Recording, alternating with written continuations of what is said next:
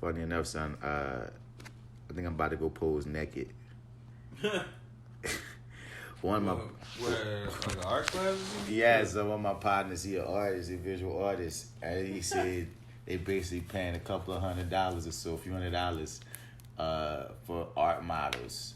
And I was like, yeah. He's like, yeah, but you gotta be naked. I was like,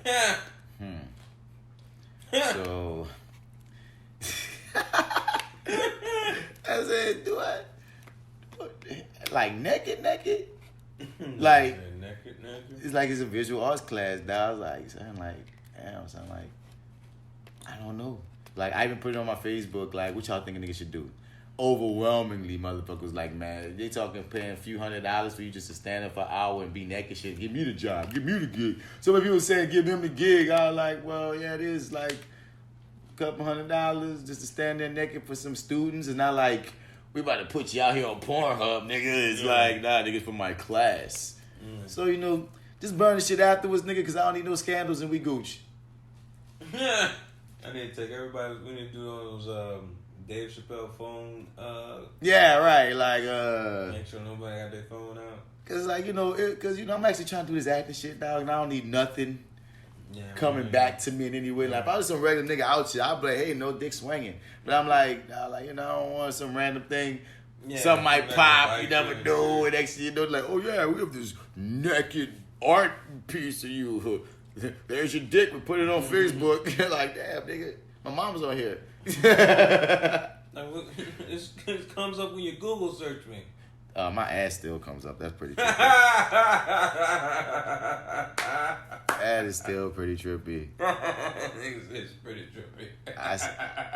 Dude, like, who thinks about? I didn't think about that. Like, you know what I'm saying? Like, dude, like when any actor, male or female, 'cause I knew these sites existed that document, you know, when women show their boobs and shit. Yeah. But I didn't take in like, no, nigga, male or female, there are sites that if you're an actor of some sort and you expose yourself in any way, even if it's just your ass, guess what? They're gonna take a picture and they're gonna keep it there. You got a catalog, baby. Yeah, son. So yeah, Martin Bass Bradford ass or butt or whatever the fuck, and that just tripped me out. Just thought that shit was hilarious. Like, you could really Google that shit, and that shit comes up. Like, nigga say it comes up. Nigga, like, dog. I feel like, is this like stripping? Like, no, man. I feel like, the thing, see, there's two things that made me be like, I'm kind of about it, is because, like, there's some plays that niggas get naked in. You know what I'm saying? And every night, motherfucker just got naked in that play and just kept it moving. So, if that's just part of the game. Because a part of it was like, damn, nigga, I was getting naked for the money. Like, say I'm saying. But it's for the art. Mm-hmm. I don't know, man. That means I'm like, I need like terrible artists. They're like,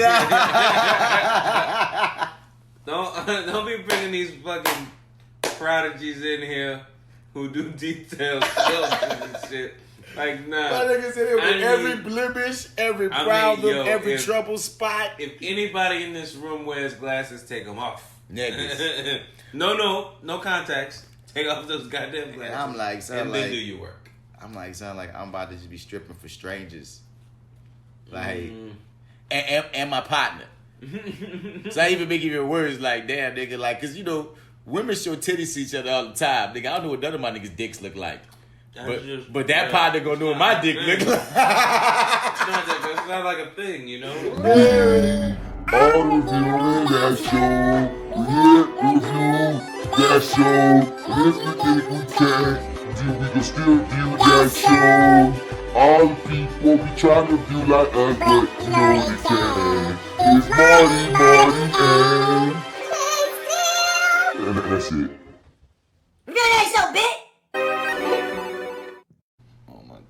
There's so many motherfuckers popping off in this goddamn Crisis on Infinite Earths crossover.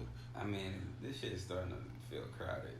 Dude, like, I I don't don't even know everybody on that's listed, but like just from what I do know, I'm like, this is adding more motherfuckers. No, how are they gonna pull this off? Like, what were y'all planning? You know what I'm saying? I just don't see them showing up for a long stint. I feel like we're gonna get to each individual person, like maybe Tom Welling, your boy Lex Luthor from Smallville. He said he's not gonna do it because they didn't have no script for him. Oh, word. That could easily be him, throwing everybody off the trail. Yeah, they were like, okay, but could be. But he said he couldn't pull a J.J. Abrams. He said the contract wasn't looking right. They didn't have enough details for him. They didn't have the money. Like they didn't have enough details. So he was like, man, sorry guys. I would love to see my former Smallville compatriots, because that was the big news of Tom Welling and Erica Durant's coming back as Smallville Lois and Clark, and everybody been wanting Lex to come back, but nope. Michael Rosenbaum said, nah, I ain't gonna be back. But like we said, there's so many people they already have lined up, dog. It's like, yo, y'all really trying to do it big. Yeah, this is oh, okay, I didn't realize that was still happening. What? The Ghost Rider show there. In the Well, center. apparently it's not, because Hulu passed on it. Oh, it says. Oh, my bad. I didn't read the whole thing. Hulu passes on. Oh, yeah. That's a shame. That's cool. I liked his version of Ghost Rider from Agents of S.H.I.E.L.D. Like, I liked him a lot. I don't know if that's where they've gone in the comics nowadays, because I don't really read the Ghost Rider stuff. The only thing I've ever read was Ghost Rider, Blade, and two other characters had a team up called Vengeance. Didn't ever hear about Never that. heard about that one. Yeah, it was something I stumbled upon on the Key to the Kingdom. When you scroll through what's key just to the king. You first go in there and you start scrolling through what's just been released and what's available right now. Yeah, It was one of those yeah. things that popped up, and I was like, okay, well, let me read it. And I got through the first one, which was getting the band back together issue, and then I guess they jumped into it, but I never really went back to it. But I did enjoy it. But yeah, I don't know. You don't do Ghost Rider? I mean, no. Yeah, word. I'm not gonna like. I don't do them either. I've stumbled into his storylines once or twice, dog. Never. But This interpretation though on Agents of S.H.I.E.L.D. is the first time I've wanted to, but it was because of that character. I don't know if it's the same. I'm not ready. Johnny Blaze is cool, because Blaze is cool. They've had about 3 or 4 Ghost Riders, dog, and okay. Yeah, so like I read a comic or two, but it's what Ghost Rider, another one of those characters. Much like when I was like, I think I spoke on this when Doctor Strange was coming out a while ago, where it was like. I knew who Doctor Strange was, but I didn't read Doctor Strange comics. He just would pop up in other people's comics that I did read. Yeah. So that would be a lot of my, exposure to him. So it's the same thing with Ghost Rider. It was like, I read 1 or 2 Ghost Rider comics, but most times Ghost Rider pop up when I'm reading niggas I rock with, like, right. Spider-Man or Avengers or X-Men or some shit like that.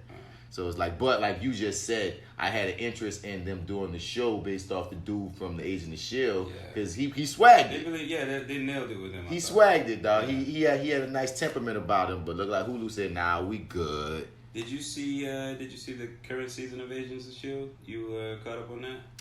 I strongly believe I finished it. Did you? Yeah, I did. That's the one with the fake Phil. Yeah, I finished it with the fake Phil Coulson, yeah. And the whole deal with the woman and the alien immortal dimensions and shit. Yep. And I feel like it ended with robot Phil Coulson. So we got more Phil Coulson. So regardless, more Phil Coulson. I do enjoy Greg Clark, so I'm glad they found a. They always gonna find some kind of way. Always gonna do it. I don't know. They will always. I mean, it's the last season. The upcoming one, they're done. Right. They're done. Now and this one was supposed to be the last season, so I wonder what they cooked up that they were like, well, let's do one more. I mean, in a way, they are doing one more because technically they this was only really like half a season compared to what they normally do. You know what I'm saying? So they just split their shit in half and called it 2 seasons. Which I'll take that. I enjoyed my man Henry Simmons, dude. Like I don't know, but and I think I've said this before, but he's always been just like a pretty boy to me. You know what I'm saying? Like a Tyson Beckford ass nigga who decided to act. And I'm like, now watching this cat, man, be the leader of S.H.I.E.L.D. now, I'm like, oh man, this dude is really fucking awesome. I'd like to see him do more shit. It's like I totally misjudged him. Like every single time, man. It always works out for me. Or at least he always works for me, you know? But Agents of S.H.I.E.L.D. What else am I watching? Oh, I've also started watching American Horror Story. So I think the last season that they put up was called American Horror Story Apocalypse. And the last time So we talked about this a while back when J.Steel was consistently here. So listen, ladies and gentlemen, just to give you a heads up, I feel weird now. So it's just me talking. Mr. Bats has stepped away for a moment, but he'll be back any moment. But it's just gonna be me talking to y'all. But he's stalling. I am stalling. I'm stalling. I'm stalling, man. Come on, where the fuck you go, man? What happened, man? What happened, man? Okay, cool. I'll talk about my nigga Mac from Agents of S.H.I.E.L.D. Mac is fucking awesome. Mac is awesome. And who would have known that that actor would have became as major as he became? Yeah. As a character, because Mac didn't even start with us. Like Mac came in season 3, maybe 2 or 3, and he was utility night. He wasn't somebody you thought was gonna be the leader of them all. Yeah, he didn't really even get his hands dirty in the beginning. Nah, son, he was just like mechanic nigga. Yeah. Like I thought they was gonna kill that nigga when I first saw him. I ain't gonna run. He wasn't nobody expected to see. Is it just the nature of him being black? Yeah. Yeah. Okay. Cool. Yeah. I mean, it was black, and he wasn't the original crew, and you know what I'm saying. You already know, like to me, he's expendable. Yes, to me though, if you're not original cast on the show, they're gonna kill you most times unless you really stood the fuck out some kind of way, or they really rock with you, like you really proved yourself. So I often thought that when we first started, then when he became basically part of the crew, then it's like, all right, yeah. But I rocks with Mac, dog. Yeah, we said his name is Henry Sims. That's the actor's name. Yeah, Henry Simmons. Simmons. Yeah.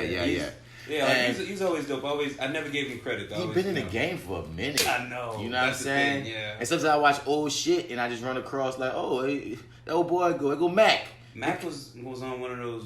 What was it? NYPD? It couldn't have been NYPD Blue. No. New York Undercover is what I'm thinking about. Maybe he was on NYPD Blue, but he was on one of those procedural shows, and it's just like he's really been getting it in consistently. Yeah. You know what I mean? He's been having a very consistent career. Yeah. Now, we're talking about this thing I might have booked, because now I'll be afraid to talk about shit, because the last thing I almost booked, I didn't get the motherfucker. Just like I said, I must have jinxed the motherfucker.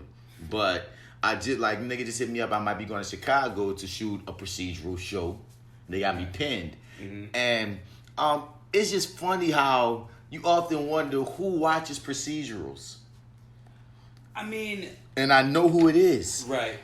Old people. Okay. If I may, we're not saying the title, right? Yeah, well, I'm not gonna say which one it is for now, because once again they hit me up today. But the thing is, I'm saying procedural, and I'm saying I'm shooting in Chicago. People could probably put a couple of 2 plus 2s. You hear me? And it's like, if you think about that, and then the show that it kind of is closely related to, or even sort of a distant cousin, it's like that show has a huge following, even like sort of a wide demographic. But once again, dog, a lot of these procedurals have these followings. I'm just like I was on NCIS New Orleans for like 6-7 episodes, right? Mm-hmm. And NCIS has a big fan base. It consistently pulls in millions upon millions of viewers. I was laughing with J.Steel the other day, who's about to go out of town to do some freaking acting shit. J.Steel just been out here, yo. Yeah. But yeah, son, she been busy. But I was like, man, my ex, like her dad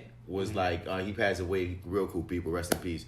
But her dad and like her parents didn't really fuck with me hard until I got on NCIS New Orleans. See, he was cool from jump, but her mom wasn't really my biggest fan, because, you know what I'm saying, that was their baby girl. I was a little older than her. You see me with these tats and shit. They from the West Coast. They like, man, who's the Southern guy that you didn't boom. Got yourself a little Southern look guy. But when I started, that's how moms was kind of treating me and shit. So, but when when they saw, he actually is an actor and he's doing things, because they saw me on NCIS New Orleans, because they were already built-in fans of the other NCIS shows.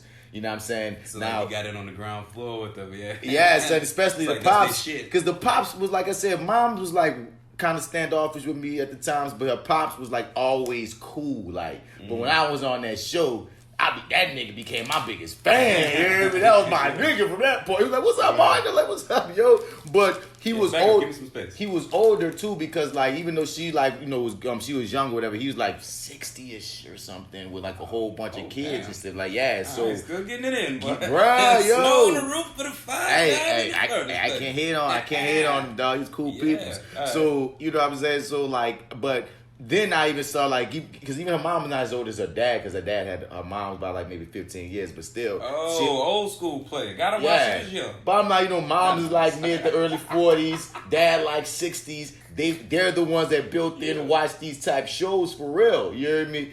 But so I would often laugh all the time because a lot of times I get booked in procedurals or shows that a lot of older people watch, and I'm like, yes, I'm like, you bring me up to your grandma, or your auntie or something, dog. They might know what the fuck I be here. You hear me? They recognize me. Yeah, I was in Queen Sugar and NCIS and this other show that you old people watch, but good shit.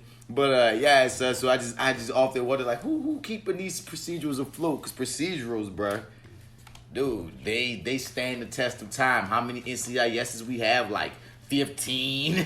One would say too many. Dude, I mean, it's 3 different shows, and each show has like we're in like some of the New Orleans at least on season 6. That means LA got to be in the 10s and 11s. That means the regular one got to be in the teens. Is the LL Cool J and your boy? That's LA. That's LA, but that's NCIS, right? Yeah. No, I don't know. I don't know either. Okay. I don't know. All right, I don't want to. Because they got CSI and all these other joints that are pretty close. Yeah. Yeah, and they all kind of do the same thing, but they still last. Yeah.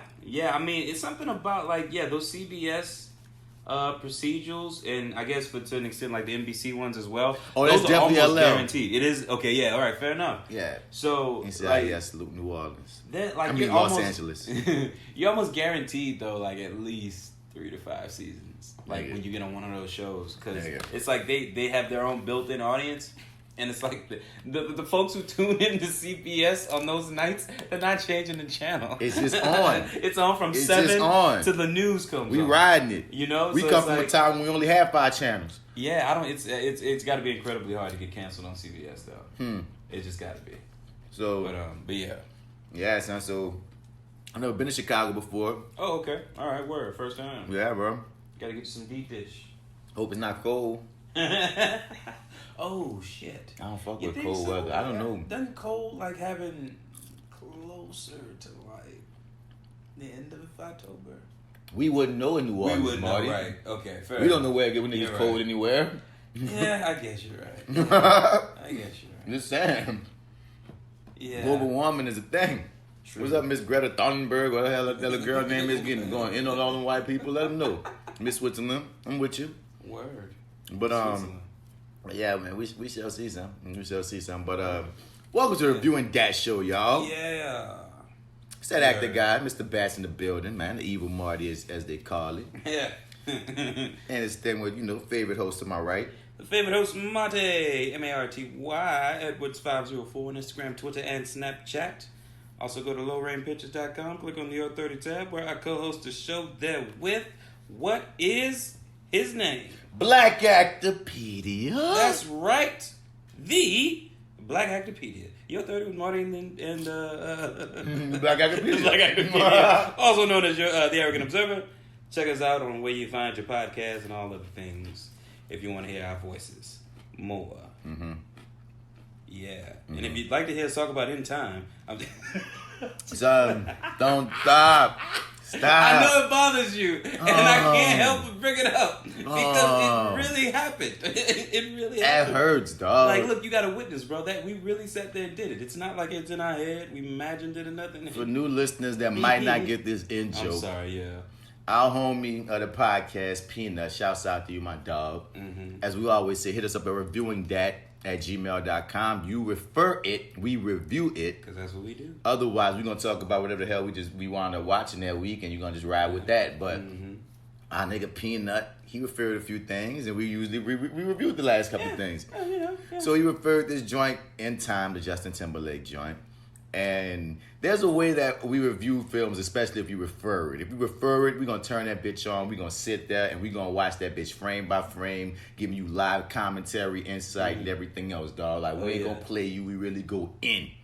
So that's what so when you do a film like that and you go in and you wind up talking about the film for damn near 3 hours, when some kind of weird way it doesn't get saved, or you thought that you saved it and you didn't, or whatever the hell happens, and now you have to re-record it for your credibility's sake, you not as freaking enthused to go in again for another 3 hours because you already did that there.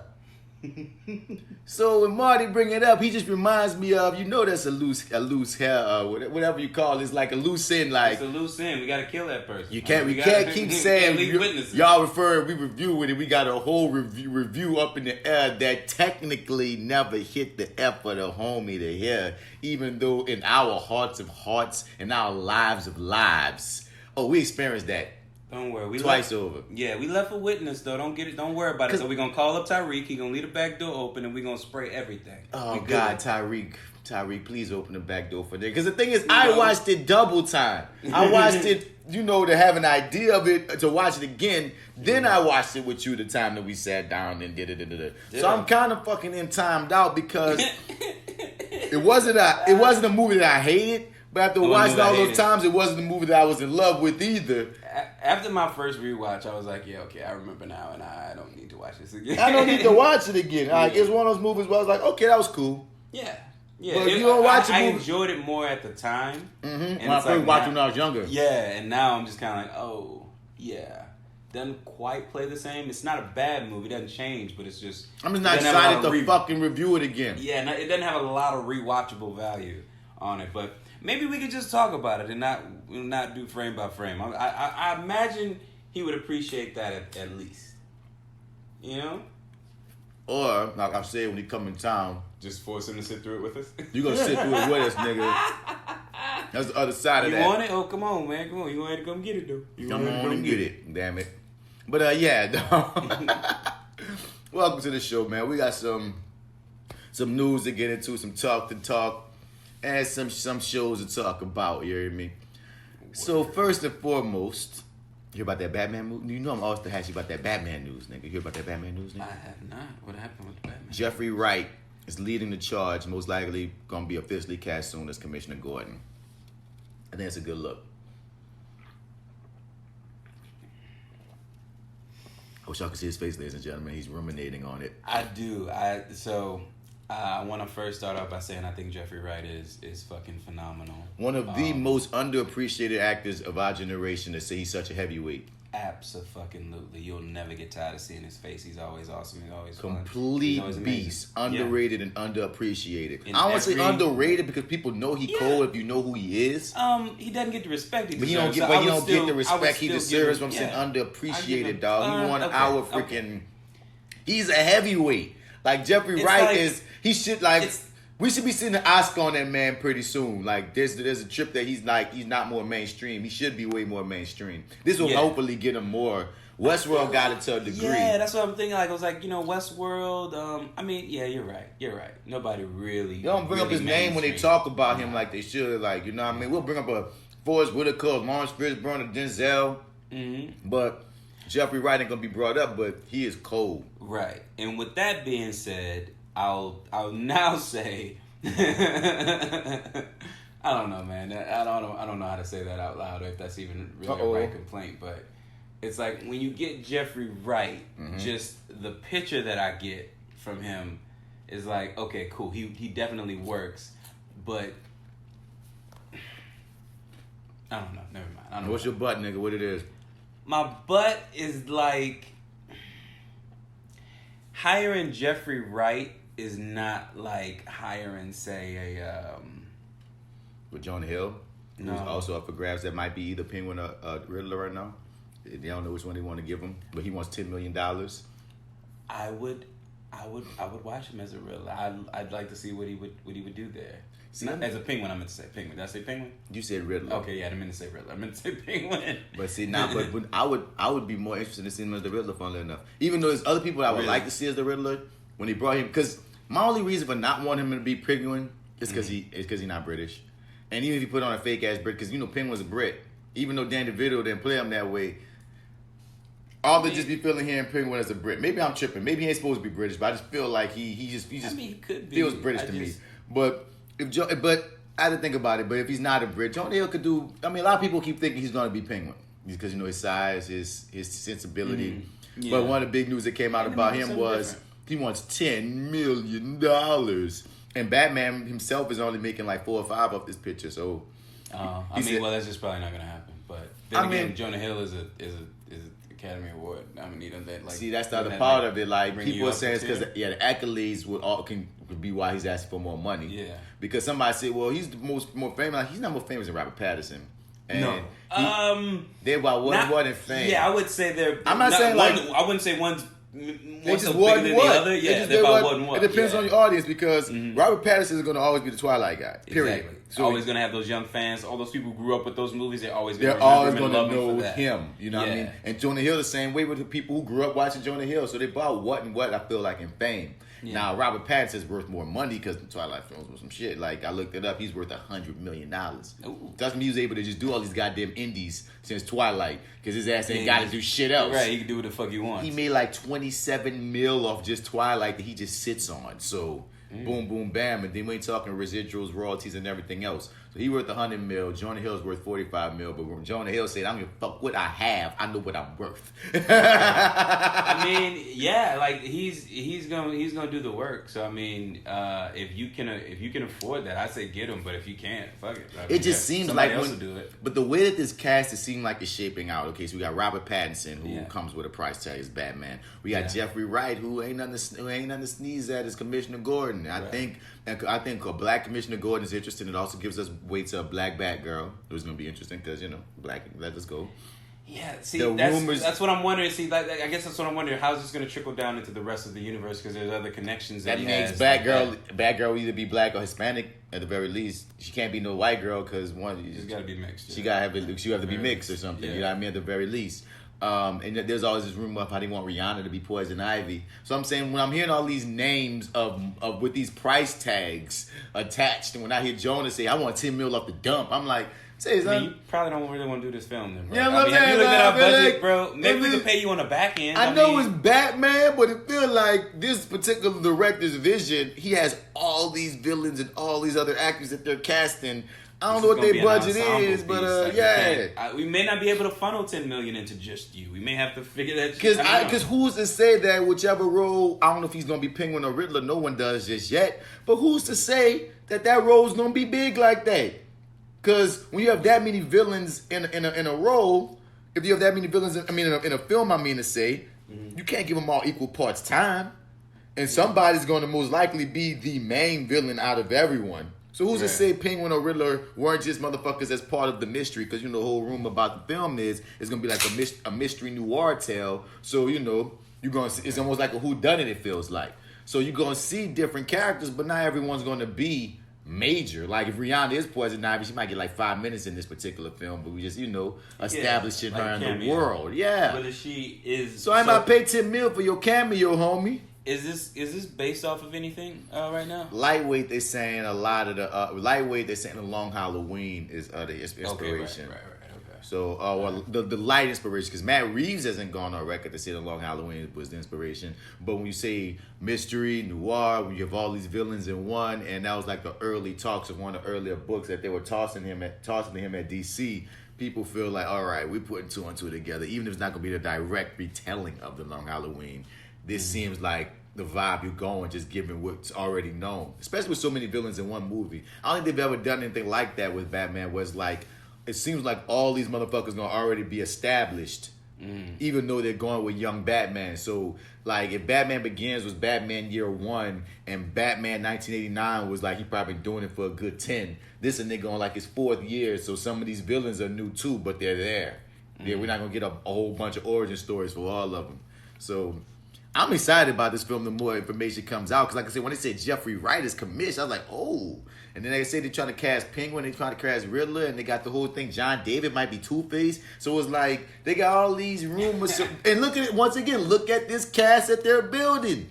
John David Washington, Robert Pattinson, Jeffrey Wright, random Rihanna, Jonah Hill. Like, I want to scrunch up my face, but I'm like, he's actually been really good lately, so I can't. Vanessa Hudgens and the chick from what's her name? The Jason Statham's sister from Hobbs and Shaw. Those are two names that keep popping from up. The Crown? Yeah, them two keep popping up for Catwoman too, as possibles. But maybe the chick from Hobbs and Shaw. I think I kind of lean more toward her. Vanessa Hudgens is up for Catwoman? That's rumors. That's more room. Like, while Jeffrey Wright that's guaranteed. Like, no, that's real. Okay. The Jonah Hill thing, that's real too. They just don't know which one he can go for. The Rihanna thing is kind of rumory, but kind of real. Like, it's just talks. The Vanessa Hudgens thing is just, I've only seen that on a rumor mill, so I can't speak to it as much. But I wouldn't be surprised when Vanessa Hudgens, you know, she been out here lately. Like, once again, a lot of these people that you know as kid stars, you got to look at their current catalog and start saying, wait, you've been doing shit. I forget you've been doing shit. You know what I'm saying? But I don't know how it's gonna shake. I'm liking how it's flipping, how the casting is gone. It's just, it seems like it's gonna be a very interesting movie to just see what they do with the people that they're playing with. Yeah, I mean, I trust Matt Reeves. I won't say because of what franchise, or because the first movie was always the best one. Anyway, I don't remember that happening in any of Matt Reeves' films. You don't remember the first movie? Oh, the first movie Matt Reeves did of the Planet of the Apes series was the best of the series. He wasn't a part of the first movie, goddamn. No, the first one he did, though. The first one he did was the best. Yeah, no, I know what you're saying. Yeah, the first one he did. Whoever did the first one, it was an okay movie. But when he came, that one he did, that was the shit. Then that second one he did, look here. Oh, God. Look here, goddamn. You ain't know how to end the trilogy, dog. You know what? With that being said, I trust Matt Reeves.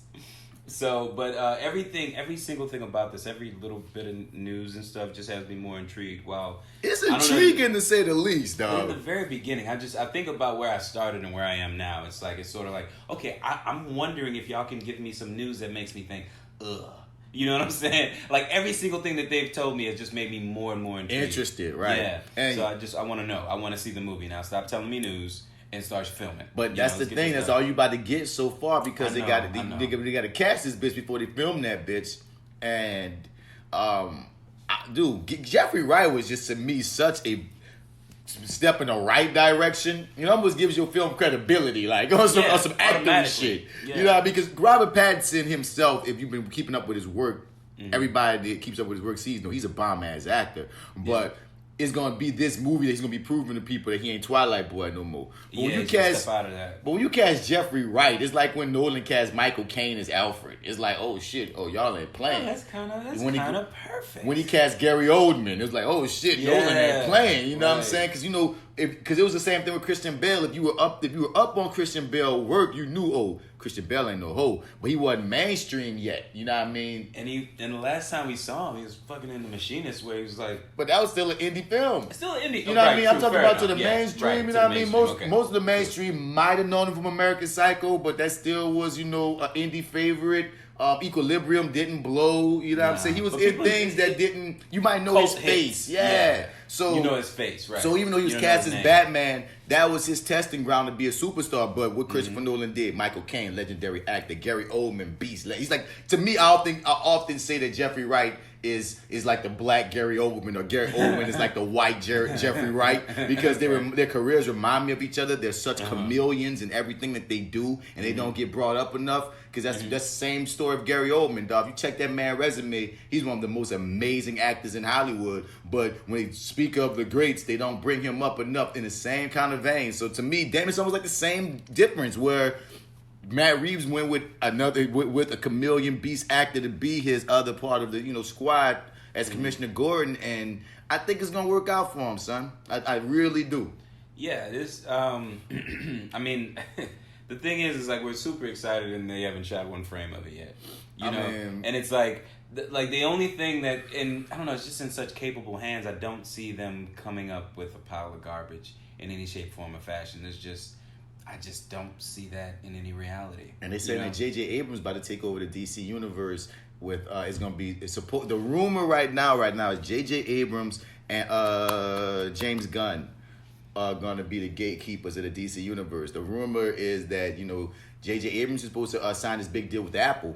And Apple don't have their film. Apple wanted him to lead their film charge. But he like, my nigga, like, y'all ain't got shit for me to play with right now. Like, because I'm also being courted over here by Disney. Disney has all the toys to play with. Not Disney, Warner Brothers. Okay. Warner Brothers has all the toys to play with. You know what I mean? So he went with Warner Brothers, and the rumor is that, he has a fixation on, the DC characters. Okay. Apparently James Gunn is a DC guy. You know what I mean? Like, it was a dream job for him to do a DC property. He chose Suicide Squad. And so, even though he has one more Guardians of the Galaxy to knock out with Marvel, their expectation is once he knock out that third Guardians of the Galaxy, he's done with that. He's back with DC and trying to shape their shit.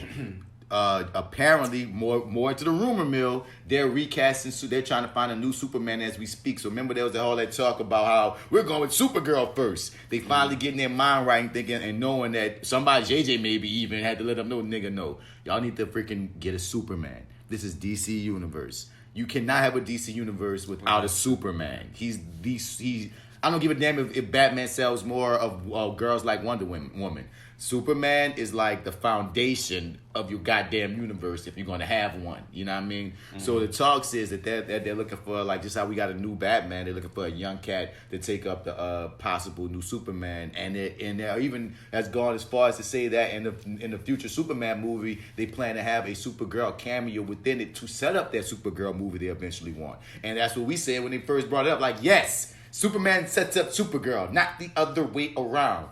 Right. So hopefully they're really getting into that.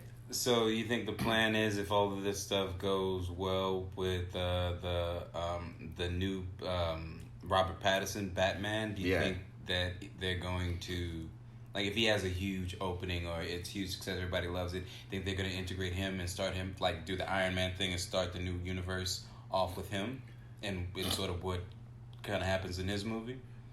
Take a shot every time you hear Bat say rumor. So here goes the rumor with that is that because the movie is that they plan on doing a soft reboot, possibly with some Flash shit, because the Flash movie's still on the table. And you know, when you got Flash, you can always do time you want. I know he's gone through 4 directors, 1 million scripts. Apparently, right now the It Chapter 2 director is taking the helm of the next Flash joint. So they might do some timey-wimey shit with Flash to explain it, but they're talking about, once again, new Superman. We have Robert Pattinson as Batman, but they're keeping everyone else.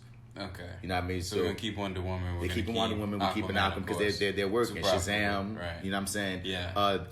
They've been having varying reports on what they're going to do with Ezra Miller. He's saying he's coming back. There's other reports saying they might not have him. I personally don't want him. I don't. I want a new Flash. I want a whole new Flash. Oh, I want to write him different. Like, I want a new Flash. Can we get like a character punch up? I don't need All Lives Matter Miller. Get rid of him. I'm good with him. You know what I'm saying? I'm cool. Fair enough. And take another shot. Rumor about the Superman news. One of the early rumors as to who they're looking at. Who you think I'm about to say? Somebody that always comes up for superhero shit. Who? Armie Hammer. Okay. I don't know. But okay.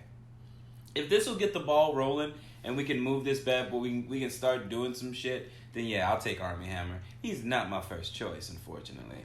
But he would be my maybe, can I say Green Arrow? I said he'd be a great Green Lantern. Green Lantern? I take him as a Green Lantern. I take him as a great because really my Green Arrow has gotten. I'm on the bandwagon of a Charlie Hunnam. That's his name, the dude. From Sons of Anarchy. Yeah, because apparently a bunch of people felt like he looks like Ali from the comics, which he does, and he didn't know who he was. Poor man. But after all the fans kept on saying he should try to be Green Arrow, and then he looked it up and he was like, "Well, I'm with it if they want to fuck with me." And they got all kind of mock-up drawings of him all over the internet of being so. And once I saw the mock drawing of him, I was like, "They go with Sons of Anarchy Arrow." I wouldn't be against it if that. But Green Arrow's not even somebody talking about in movie continuity right now because his show is just about to end. Doing so well, but it's about to end. It's the last season. But like he's.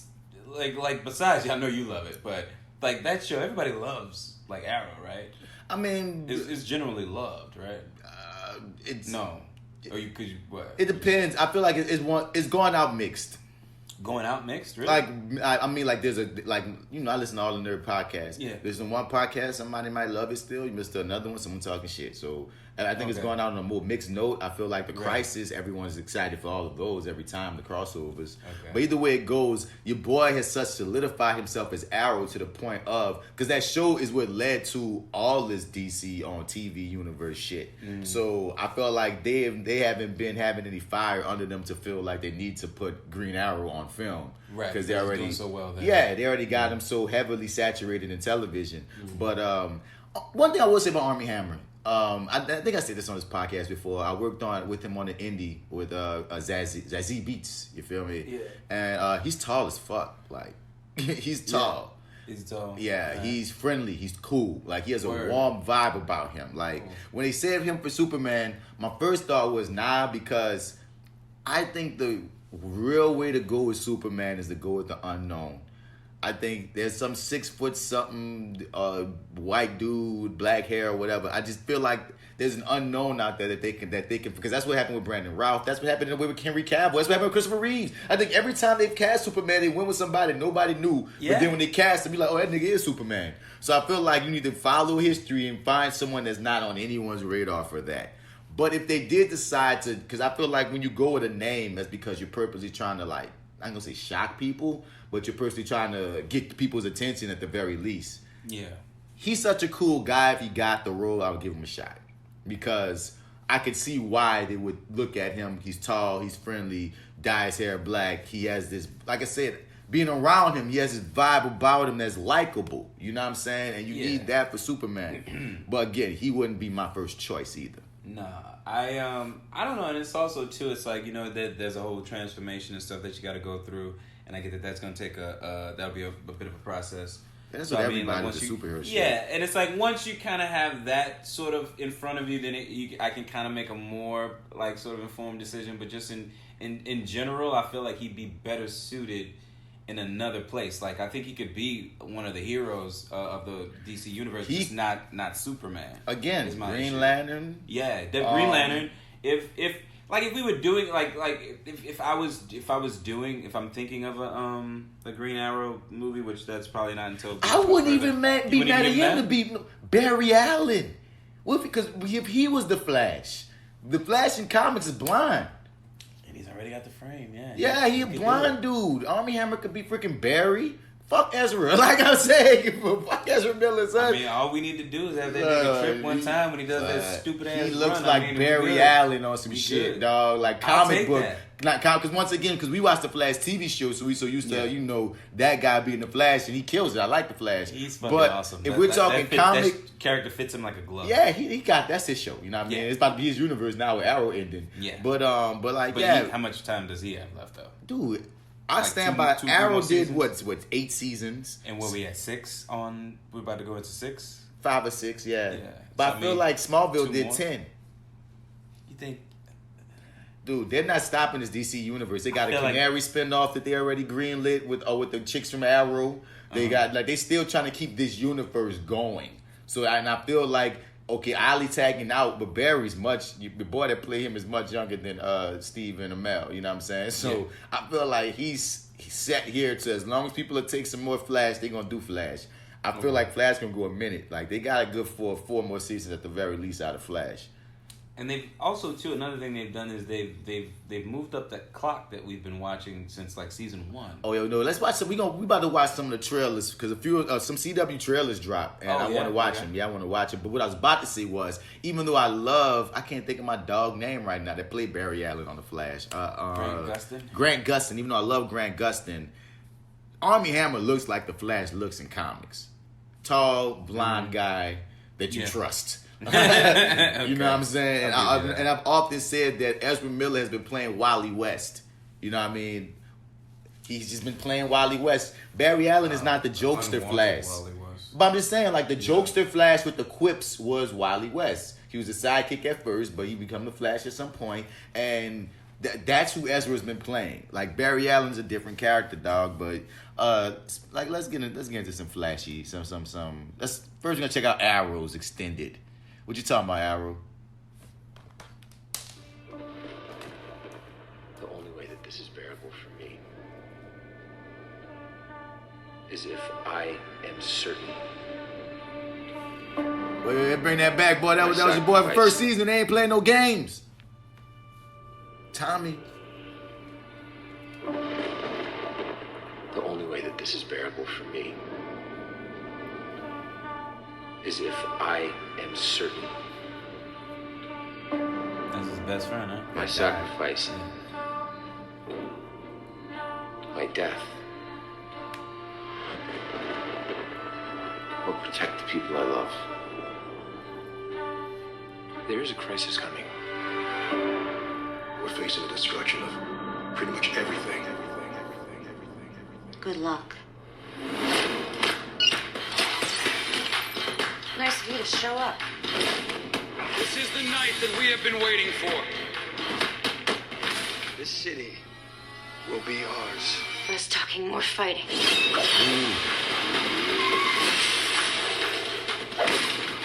Indiana Jones made this look way more fun.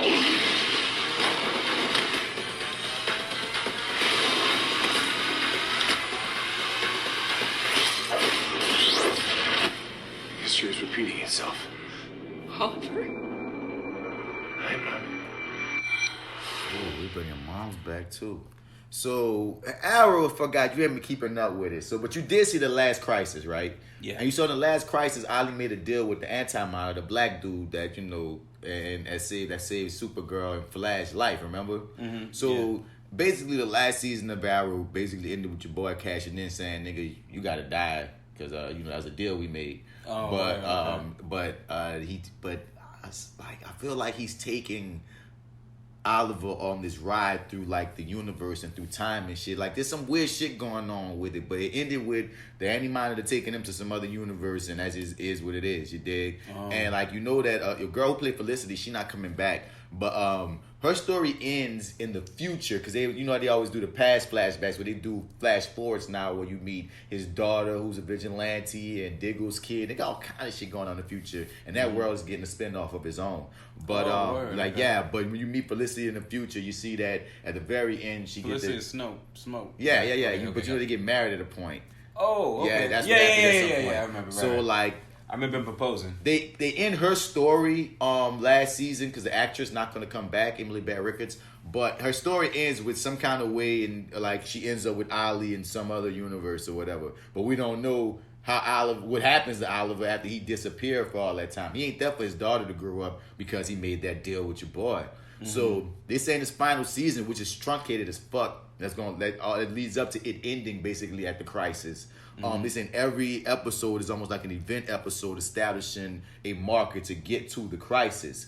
And they bring it back all kind of, like they see Tommy, who died in season 1, coming back some kind of way. His mama, who was killed by Slade, coming back some kind of way. His sister, who been gone for 2 seasons, coming back some kind of way. So they really trying to go out with a bang. It looks like it's looking like they like no expenses. They throwing it all at the fucking wall. We had the idea, we gonna throw it out there. It's like we said with the crisis at the top of the podcast. They just anybody could get and make it make sense. They making that mug make sense, dog. We gonna have freaking Kevin Conroy as an old Bruce, as an old Batman. We got Tom Welling as a Superman. We got Superman Returns.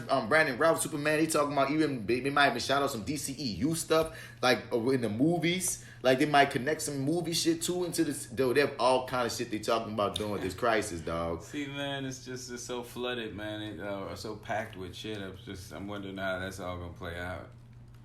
But like from what you're telling me, that's going on with Arrow, man. It seems like a lot of that's gonna kind of fall maybe on his shoulders to make everything connect. I mean, again, Arrow's the motherfucker that started it all. So you know what I mean. Regardless, whose dog is this? Regardless of anything, dog, the granddaddy got to go out like a goddamn granddaddy, dog. It's called the Arrowverse. True. So I'm still excited because I stuck with it. Like I kept telling you, your ass got all caught up on Supergirl, man. I did, man. There's even past villains because there's this one fire villain, and what season am I always telling you to watch? It's 5? 5, I believe, yeah. Yeah, the villain of 5 sounded like he was a beast, and apparently they might be bringing him back in some weird way in his last season, but you got to get the impact who the fuck he was, but you even give a damn if you watch this season, damn it. Watch season 5, Marty. All right. Yeah. Arrow season 5, watch it. After watching what I just saw now, I'm just kind of like, well, I know who all these people are, so I'm like, yeah, I mean, where'd you stop? Harm? Somewhere in season 3. Fuck season 3. Skip to season 5 and watch 5, 6, 7. All right. 3 and 4, fuck them. Fuck it. Fuck Yeah. 3 and 4. No, I don't. Yeah, sure. 3 and 4 are not. Sure. Did fuck 3 and 4. No, really, fuck 3 and 4. Jump to 5 because that's what they got their mind right, dog. You'll be good watching 5, 6, 7. I'm not telling you no lies, I dog. just watched the recap. You can watch 3 and 4 someday to get some weird little missing holes. Go back and watch those 3. Yeah, maybe I could, but at the end of the day, man, like, nigga, you lucky I don't spoil it for you right now. But anyway, let's see what the Flash is, see, because they all come back next week, I believe. Is it next? It's next week? The first week of October, if I'm right. Oh, okay. Yeah.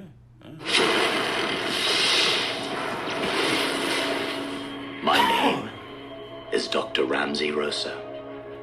And for the last decade, I've spent my life dedicated to a single cause, helping others fight the diseases that plague humanity.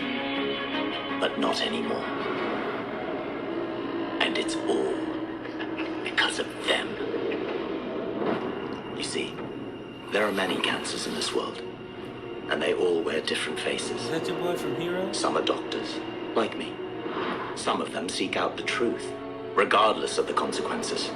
Others mock the very science they worship. We just ran out of time.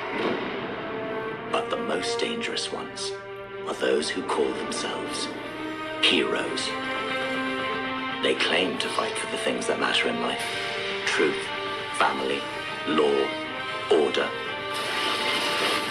And most of all, for life itself. Hang on! I got you! What the hell? Why is it every time I come to visit, there's always a crisis? But it's all a lie. Because in the end, there's only one battle. One thing to fight against. An eternal enemy who must be eliminated forever. And that's death itself.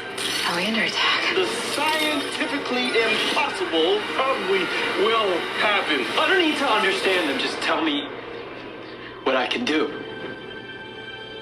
No one has to die. Ever. Again.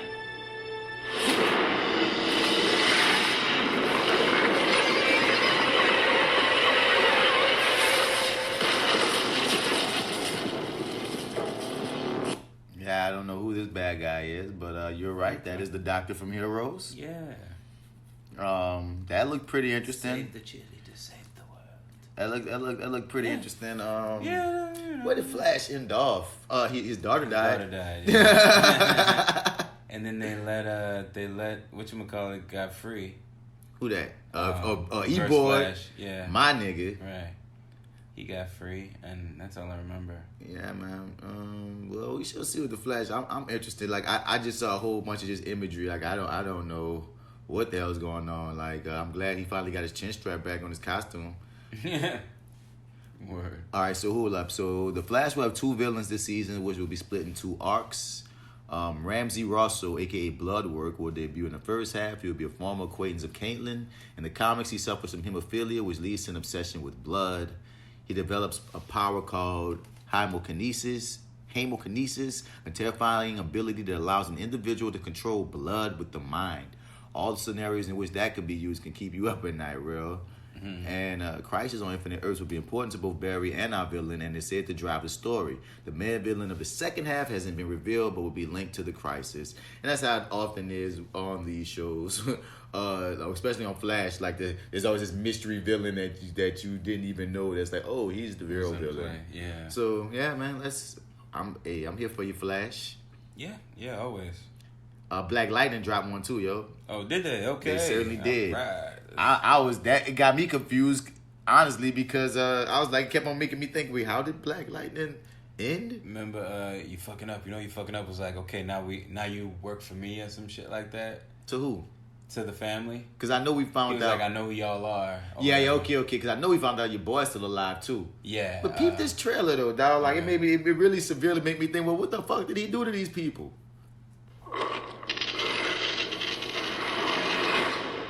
Look at us. We are prisoners.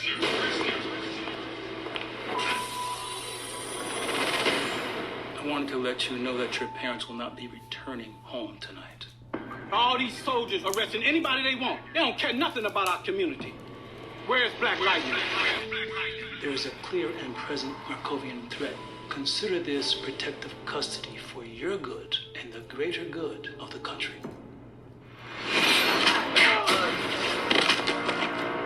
This country is on the brink of war.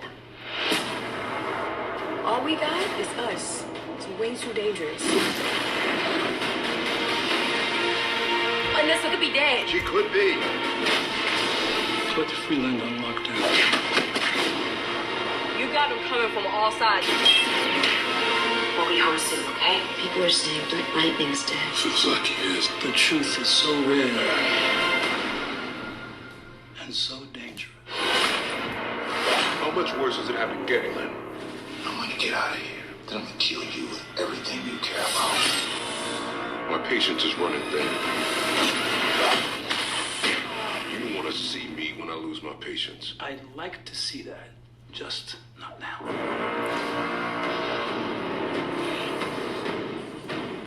So back in his costume, he looks more like the animated version. Because he got all his hair now, right? Yeah, he's got all his hair, and it's kind of doing a little twist thing too. Yeah. When you see when he like later on, it looks in the yeah. But I'm like, when did he get captured? When did he become prisoners? Like I was like, no, so y'all gonna do a time jump, huh? Well, so it looks like they nab just Jefferson and Lynn, and it appears that whatchamacallit is still Nissa is still out, doing her whatever she thunder gonna do. thing. Yeah. So, and whatchamacallit is her guy in the chair. Jennifer's her guy in the chair. So I mean, like, seems like they only snatched up those two, and your girl. It seemed like Lynn had a collar on at some point too, for some reason, which I don't understand exactly. Not one lick of powers. Yeah, and but. Yeah, it sort of seems like maybe they agreed to go with them, or maybe they were just snatched. Who knows? But it's like they were we ended. I thought with the idea that we were all gonna work together now because I know who you all are, and there's this threat or whatever. I'm about to force you to work with me, nigga, and I'm gonna keep you prisoner. Because dude, he got hair. Yeah, dude, so he's been there for a minute. Yeah, so that's what I'm at. So I don't know. I feel like they're showing us a heavily of the first two episodes, and they really show us nothing. I hope so. I think he's gonna be out of all that by episode 2, if not 3. But I hope so. It overall, they tell it in books, though. Remember? Yeah, the book. So that could be the first book that we're looking at. And y'all on the hot seat right now, Black Light, and y'all ratings been like not hitting, so y'all really need a W. And I hope y'all bring Static Shock in this year.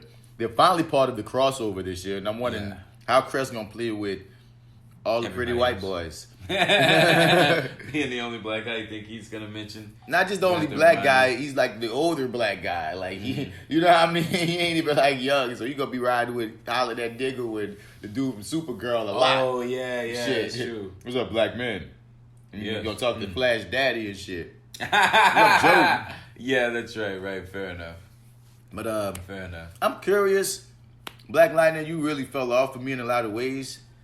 Yeah. But I'm still going to watch your superhero ass show because that's what we do. Yeah, that's what I was thinking. I'm like, I'm still going to tune in, but I'm just, I'm not really jazzed about that, especially if this goes beyond like 3 or 4 episodes. I don't want to spend a lot of time with, Black Lightning locked up and shit, and then watching, Thunder. I don't know. That's not kind of what I wanted. We finally got the family of supers together.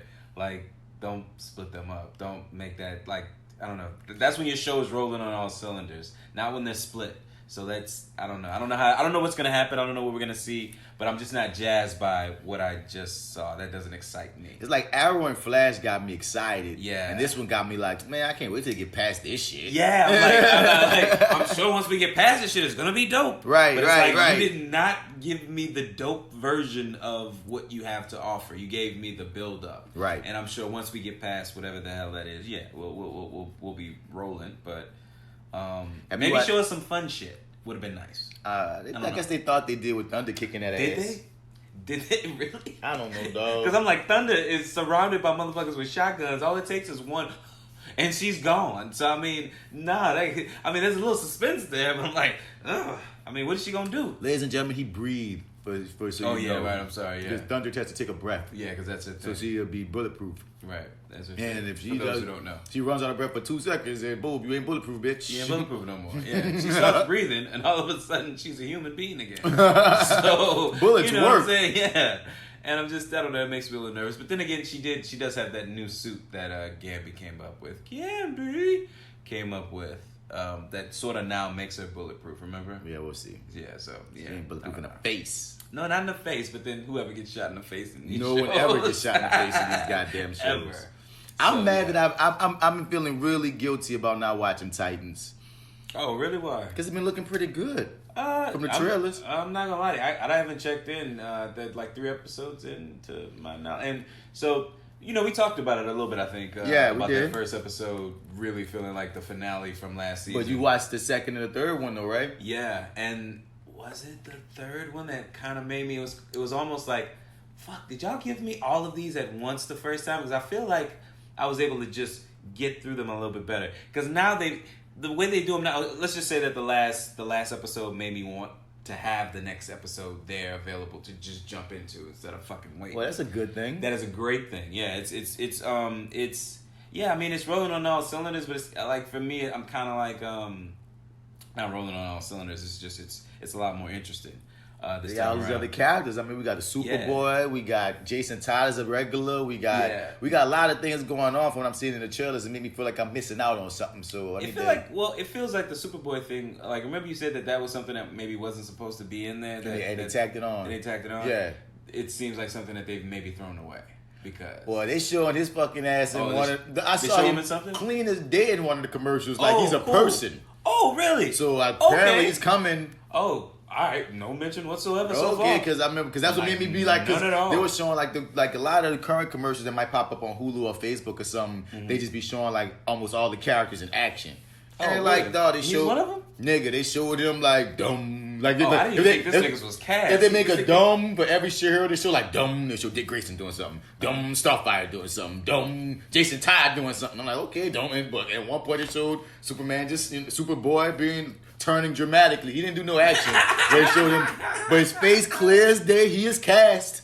Turning dramatically. Dumb. I remember them showing. That's what made me feel like he was already in the game. You remember you said he even been mentioned, but they promoting them nigga like you better watch because he coming. Okay, Superboy coming. That makes me feel better. Okay, cool. They only got Bruce Wayne in the promotion, though. I guess they know. They know that was a bad fucking idea, dog. Like I like the actor, man, but he is not my Batman. Like I rocks with Sajora, but no. I don't rock with Sajora, so they already had a hard time. You don't rock with Sajora? The cuck. Sajora the cuck. That man was in love. That boy was a cuck. That boy was in love, man. A whole cuck. The cuck of Game of Thrones, dog. And then he blind and he's balding and he's freaking British. I mean, nothing matches Bruce Wayne here.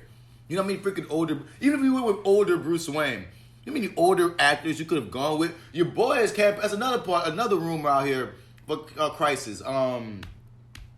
The homie from Supernatural. He was the comedian in Watchmen. What's his name? Jeffrey Dean Morgan. Yeah, Jeffrey Dean Morgan. He wants to be because people often because he played Bruce Wayne's dad in the films. Yeah, and the alternate evil Batman in another universe is Bruce. Well, not evil, dad, but Yeah, he dons the cape and stuff. Yeah, right? He's really fucked up. He got guns. He kills people. Yeah, right. And in the most recent story arc, Bane brought him from his universe, and he's taken over as this fucked up evil Batman and shit. That now Bruce got to fight his paw. And Bane, it's crazy. The newest comic book is set tight, but so he's still relevant. They made that work. They made it work, son, and it's cool. That seems like out there. It's comics. Shit happen like that. So Jeffrey Dean wants to play that Thomas Wayne Batman, and I'm like, nigga, Jeffrey Dean, bitch, I would have took you as an older Bruce Wayne before I'd have took Sajora the cuck. Shave your face up, smooth it out, son. I'll take you as an older Bruce Wayne. He's terrible. He's just not the one, dude. He's just not the one. He's maybe the one who had the most name recognition, who was available or something. Like, I feel like anybody from Game of Thrones brings like some sort of recognition. He could have been an old ass Ali. No. With his blonde ass. Give me an old ass Arrow if you want to be, dog. You want to go old niggas, dog. But not Bruce Wayne. He's just not Bruce Wayne. Not Bruce. He's there, and like they like. And they be using them too, huh? When you watch them, you just kind of like, this is why they don't let y'all do this. This is why they don't allow y'all to have a Batman show, because y'all don't know what the fuck y'all are doing. Y'all can't do it. You just can't do it. You had one opportunity and you blew it. Yeah. He's wrong. And yeah. I just need to talk to whoever thought he would be right. There's nothing about that actor that would ever even begin to get me to see young, old, middle, dead, any kind of Bruce Wayne. I feel like somebody ran in the office and said, "Hey, we got the guy from Game of Thrones. Which one?" You know what? It doesn't matter. Just bring him in. Let's get it in. Let's do this. Or somebody owed him a favor, or he smashed somebody important. Oh man, all of those sound so much better. I'm just saying, dog, because if you gonna tell me that out of all the actors that could have gone for it, that's who you went with, is like, Lord, for real. Yeah, it's just, I don't know. And I gotta say, just lastly, I rocks with the actor. I just do not rocks with him, as this is just miscast, unfortunately. How do you feel about all these reboots, man? You heard there's gonna be a Walker, Texas Ranger reboot? Nigga, with who? The dude from Supernatural, Sam. He's playing Walker, Texas Ranger. Yep. They said MacGyver's been apparently successful. And another thing. Okay. Yeah, it's still on? It's still on. Like we said, man, CBS. People don't change the channel. They don't. And I don't watch those shows. There you go. But and there's another thing that they redid that was in that ilk that's apparently successful in one of those CBS, NBC shows or some shit. So they're going with Walker, Texas Ranger. Updated. Like, we've been looking for that. Oh. No one's been looking or pining. You know what I need? How's the Twilight Zone doing? I don't know, son, but we talked about this on Fly with Bats, but you heard about the new Jack City reboot. It's actually happening. They're writing it. In a land of reboots that we really don't need. Now, if they give me a chance to play Nino Brown, then I'm all there for the goddamn reboot. Right. Yo, I'm dancing like Bobby Brown, goddammit. Heard. But my artistic self... Don't mention his name, man. He might... Hey, my artistic self still feels like, just like they talk, like Issa doing Set It Off, we don't need it. We don't need a new Jack City reboot, because I'm confused on how they even about to play it, because the original one was made in the 90s, it was kind of set in the 80s, and it told us thing about the crack epidemic. You're going to, in 2019, set it in the 80s again? What's the point? Because we have the original. But you're going to update it like you did Superfly and make it 2019, but if you do that, it's not the same. Crack was a big deal. Opioids is a thing, dog, but crack ain't what it was. Opioids don't hit the black community in the same way, and we don't have it was like a black mafia film on the slick too, and that's why it's period piece nature work, because those type of things happening in the past fits the narrative way easier than if you go right now. Like the thing is, and there's a brilliant mind who's most likely can make it work, but do we need it though? Do you have to do that gymnastics to make that shit work? We don't need it. Just in general, just off, off the bat. Like, I am not on board for really any of these reboots. Does that mean, though, I'm not going to go see them? I haven't quite made up my mind yet, because really that's what it is. That's what's going to stop these things. The only thing that's going to force new content is masses of people saying no to these movies with their dollars. That's the only way this is going to stop. But your nostalgia will always intrigue you. It'll always intrigue me, definitely.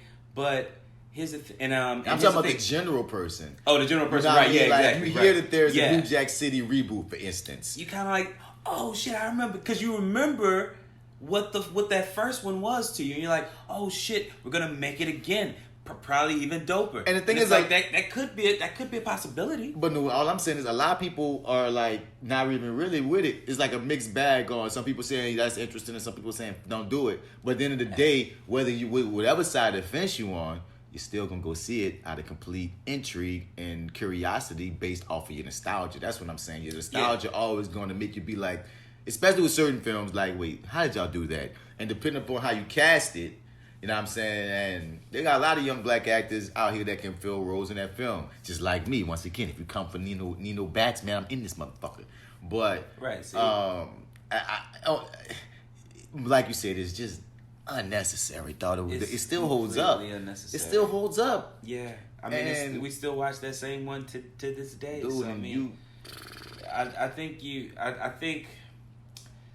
So, here's the thing. I don't know who's remaking this one, but I know I do rock with Issa Rae, and it's sort of like, I mean, if she wants to reboot, Set It Off, I mean, I think that in context, now that we're kind of breaking down sort of what that movie was, and then just sort of think about what Set It Off was, I think that there's maybe a place to redo it today, but I just don't Need it. Yeah, I don't need it. Yes, that's exactly it. I it. just don't need it. But if you want to do it, yeah, Baby, I'm more with curious it, if like, you making that Lupita Rihanna movie. Where the fuck is that movie? You know what I'm saying? Are you backdooring that somehow? Because if that's what the case is, I'll buy 2 tickets. Yeah, like, man. you know what I'm saying? Like, like, what do I need to do to help you out make that happen? You know what I mean? Let me know that. That's what I want to know. But no, I don't need Lupita playing a Jada character.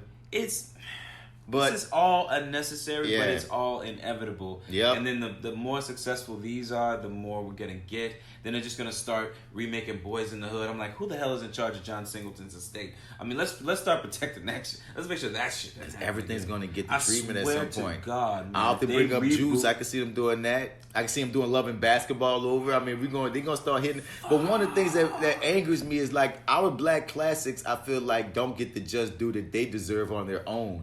And now you about to remake them. Make it, man. You know what I'm saying? Like, So I wish one of them old could ignore it, bruh. Ignore the originals. Like, what the hell? But no, I don't know. And something's getting a sequel, but I don't think I'm allowed to announce it just yet. But it's funny, and I'm going to heavily hint it so you can laugh with me. Okay, I'd love to. I can't be in it, so that's a hint.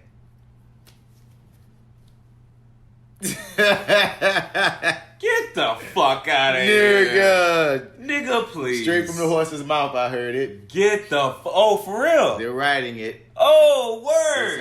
Okay, well, since that's the case, Cause that's a horse of a different color. This nigga told me they wanted me to be in it, and it was like they're not trying to do, they don't want to do doubles. That kind of, right, okay. You know what I mean? He was already, but I laughed at the fact, I was like, I can't wait to tell Marty this shit, that they're actually doing another one after all the shit that we talked. I can't believe it. I can't believe it. Are you fucking serious? If you're a listener of Reviewing Dat Show, what? You should know exactly what film I'm talking about. If you don't get it yet, sorry. Because I can't really announce that man business like that, but it's funny. Rusty, bro, don't say Dave, nigga. Sorry. Now you got a heavier hit, but continue. Sorry. So, fuck. Y'all. Sorry, man. But, no, fuck it, man. Can I even say it now? You can say it because it might be. I might, do some finagling in the edit. You never know. Okay. Oh, word. Okay. So somebody's working on Black Jesus, and quote unquote code name Black Jesus. Quote unquote name Black Jesus. And so I'm just like, oh man, I don't want that. I'm sorry, I said it. I don't want that. If you were going back, I don't want that. See, in the world of streaming, if you can sell it, a motherfucker is listening because all these people need content for their services. Yeah. And that's what is really seeming like is going on here. Oh, shit. And that's what's really seeming like is going on here is that people, they like, okay, is there audience there? And one thing I will say for the last one, the reviews were fucking awful for this film. A lot of people watched it. Yeah. I mean, I even went back and watched it again. Man, somebody told me they saw me in it today. Funny enough. Word? I got a freaking message today just so you can see I'm not bullshitting. What does that say?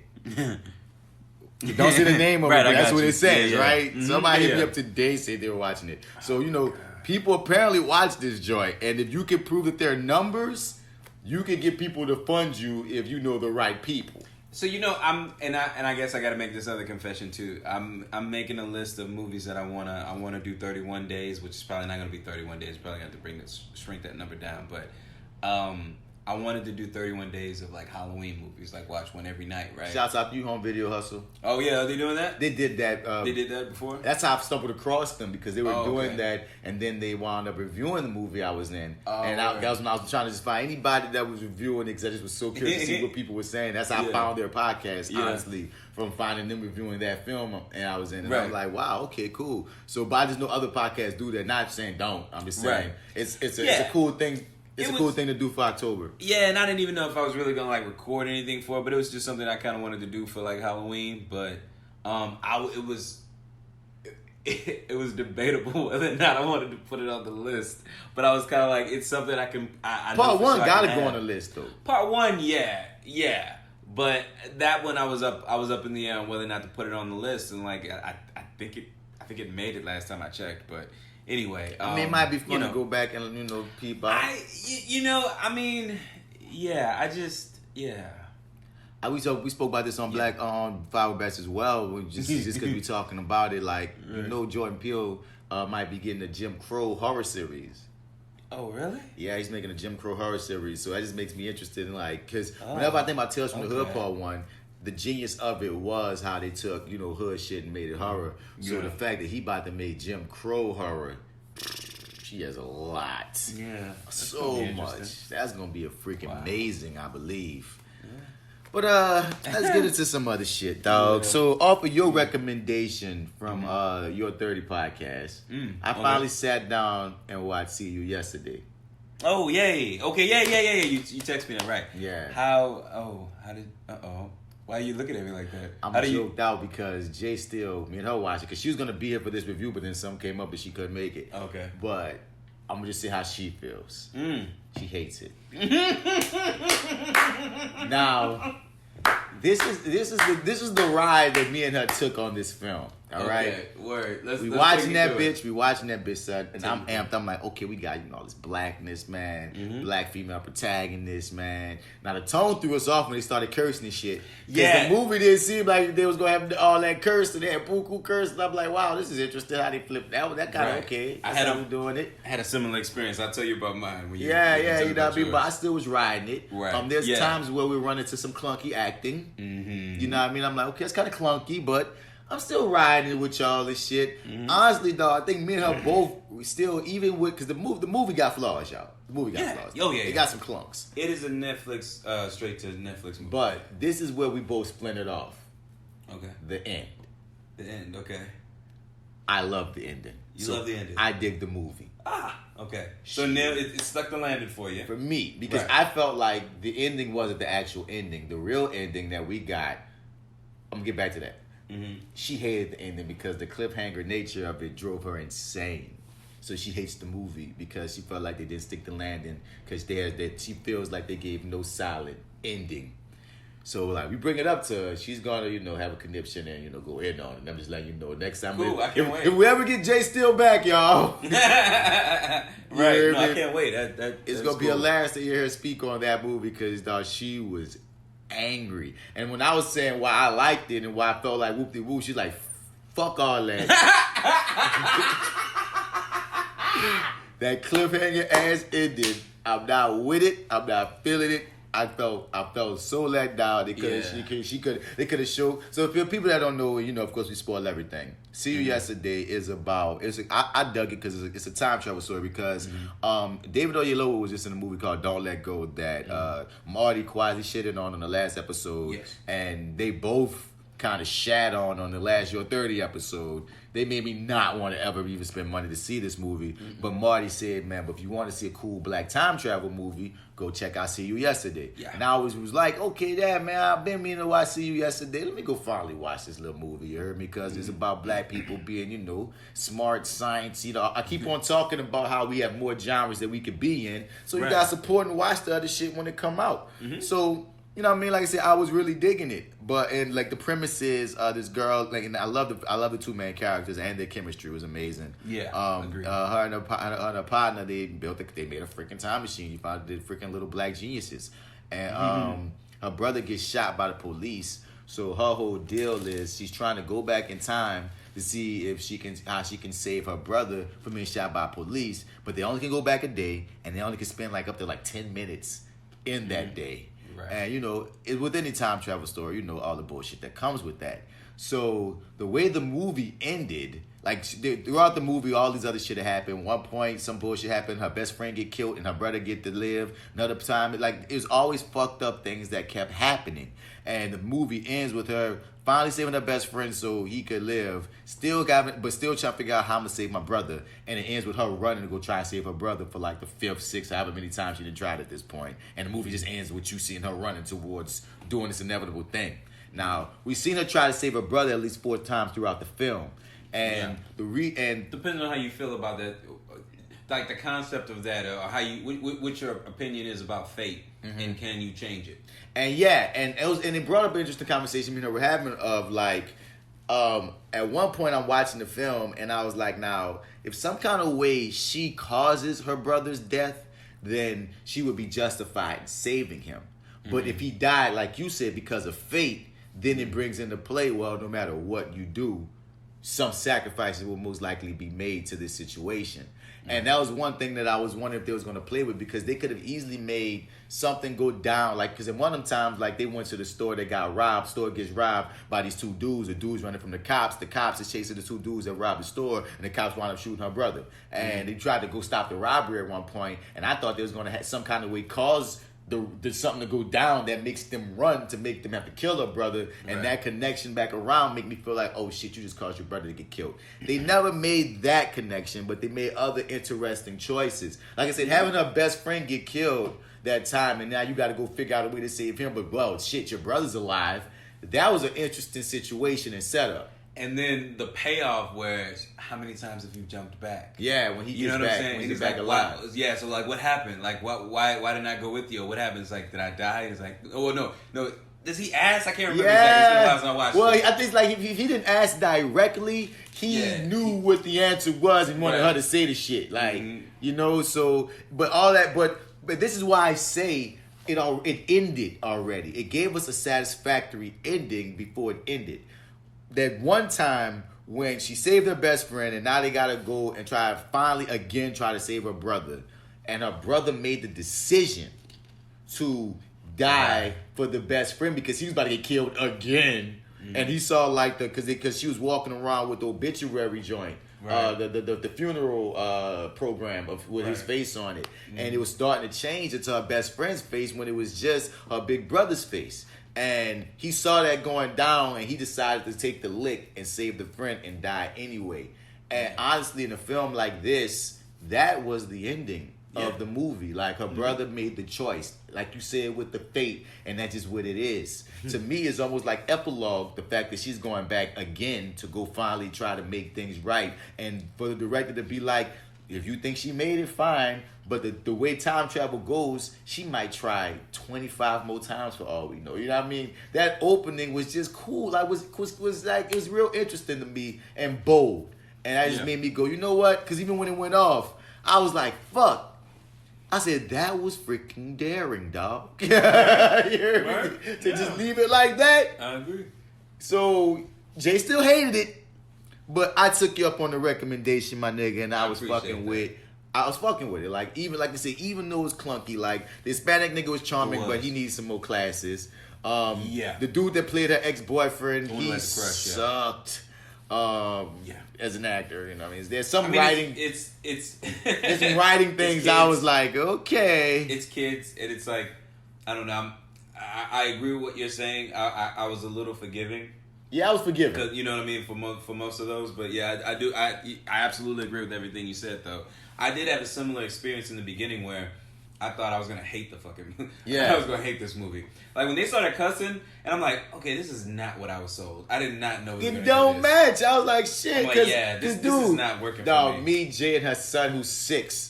Was gonna sit and watch this film. Yeah. And then when they started cursing and shit, what headphones on for you, little man? You gotta watch something on a little iPad, you hear me? Because apparently this movie sold me light and it gave me the darkness and the light. It's a little R-rated, man. And I don't mind no cursing. It just was like if you turn on Teletubbies and one curse the other one out, you'd be like, wait. This ain't kids. Wait, the Teletubbies are cursing. That would kind of throw you off. Yeah, like, what is it? Is it after 9 p.m.? I don't know. Teletubbies after dark. You know? But, yeah. Yeah, man. I thought I was going to hate it, though. I absolutely... And then, I can't really remember because it's been a while since I've watched it. But there was a point where I turned. And I can't remember when that was exactly. But, like, at a certain point, I'm like, oh, you know what? I'll rock with y'all. I don't know. Maybe some point seeing their chemistry. Maybe it was some point seeing his grandmother. Yeah. Is it the grandmother and grandfather that he lives with? They're Jamaican. Jamaican, yeah. And I was like, well, look, I'm throwing some culture in this motherfucker. Yeah, dude. Like, I was loving the blackness. Yeah, like you messed that shit up. You cleaning it up. All of y'all cleaning that shit up. So much throughout the film. Even how her girl was with her brother. The brother seemed like some like that actor was so natural. You know what I'm saying? I was like, dog, you do seem like some New York nigga, son. Yeah, he was. I can't remember where that kid. Like he was on some talent show. Apparently, back in the day. Yeah, I can't remember which one. And then he did this other movie too. Echo, the like found footage movie where it's like didn't see it. E.T. but a found footage movie with kids. Didn't see it. Didn't see it either. I looked up his IMDb and he's in this film Luce that I wanted to see, Luce. That's starring this cat from New Orleans that's tearing up the indie scene. That's going pretty. I feel like my dude gonna be pretty big in the oncoming years. Cat named Calvin Harrison. That dude gets it in, dog. He was in. He was leading this indie joint that it was in films in select theaters called Luce. He got films with freaking Jeffrey Wright that ain't dropped yet. He got a film opposite Sterling K. Brown that ain't dropped yet. Like he's a New Orleans cat in his mid-20s that's just in New York and LA area, just getting it in. You hear me? And it was funny when I looked up your dude who plays the brother on See You Yesterday. He's in that film. And I was like, oh, okay. If I already had a reason I want to check Luce out to see Kelvin, you know what I'm saying? But now I'm curious to see, okay, where did you figure into this, dude? You know what I mean? Because I felt I liked his presence. Is this... you mentioned this guy before? Probably. Okay. Probably. Was he in anything else? I'm thinking of, I don't know. I remember you mentioned the guy. I don't remember if that was his name. And was he in Barbershop? Nah, he wasn't in Barbershop. I got a partner that was in one of the barbershops. He was the same cat that was in the third one. Yeah, he's in the third one. He was also in Black Lightning in that one episode with his kid, my nigga Renell with the braids, man. Shouts out to Renell. That's what I'm thinking of. Yeah. Okay. But yeah, son. Shouts out to See You Yesterday, y'all. It's worth giving some energy to. And again, when I say, I think so. Yeah. Okay. Black J.Steel people would disagree. Dude, she rode. That's the thing. She rode with the movie until the end. We was in that bitch engaged. That's just like she dug it until the end. That's what I'm gonna say, son. We was up there together, riding with this film. And you heard me. And then when it got to the end, well, that ending ruined the entire movie for me. No, nigga, because it's like we talked about Glass. All right, Glass is 2/3 of a good movie. It ended shittily. But that don't take away the fact that it was still 2/3 of a good movie. He just took his dick out and took a piss. I mean, like, god damn, man. You had us in the palm of your hands. Yeah.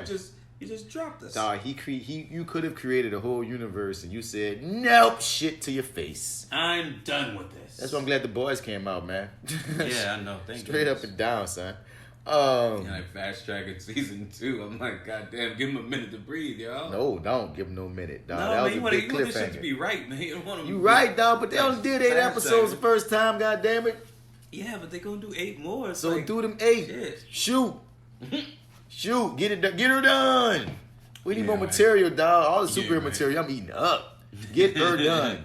Even though I still ain't watched this most recent season of Cloak and Dagger, I'm gonna eventually. Oh, I didn't either. Get to it. I didn't finish it. I mean, you didn't like it anyway, so. Yeah, I just thought it was Yeah, so I'm gonna try. And I didn't love it. Yeah, it's like I thought they were gonna hook me at some point. And that first season was just kind of like, And your boy felt like sometimes I felt like he's good, but sometimes I felt like he was sleepwalking. That's just his vibe. Yeah, it's just his vibe. Yeah. The black dude. Yeah, that's his vibe, man.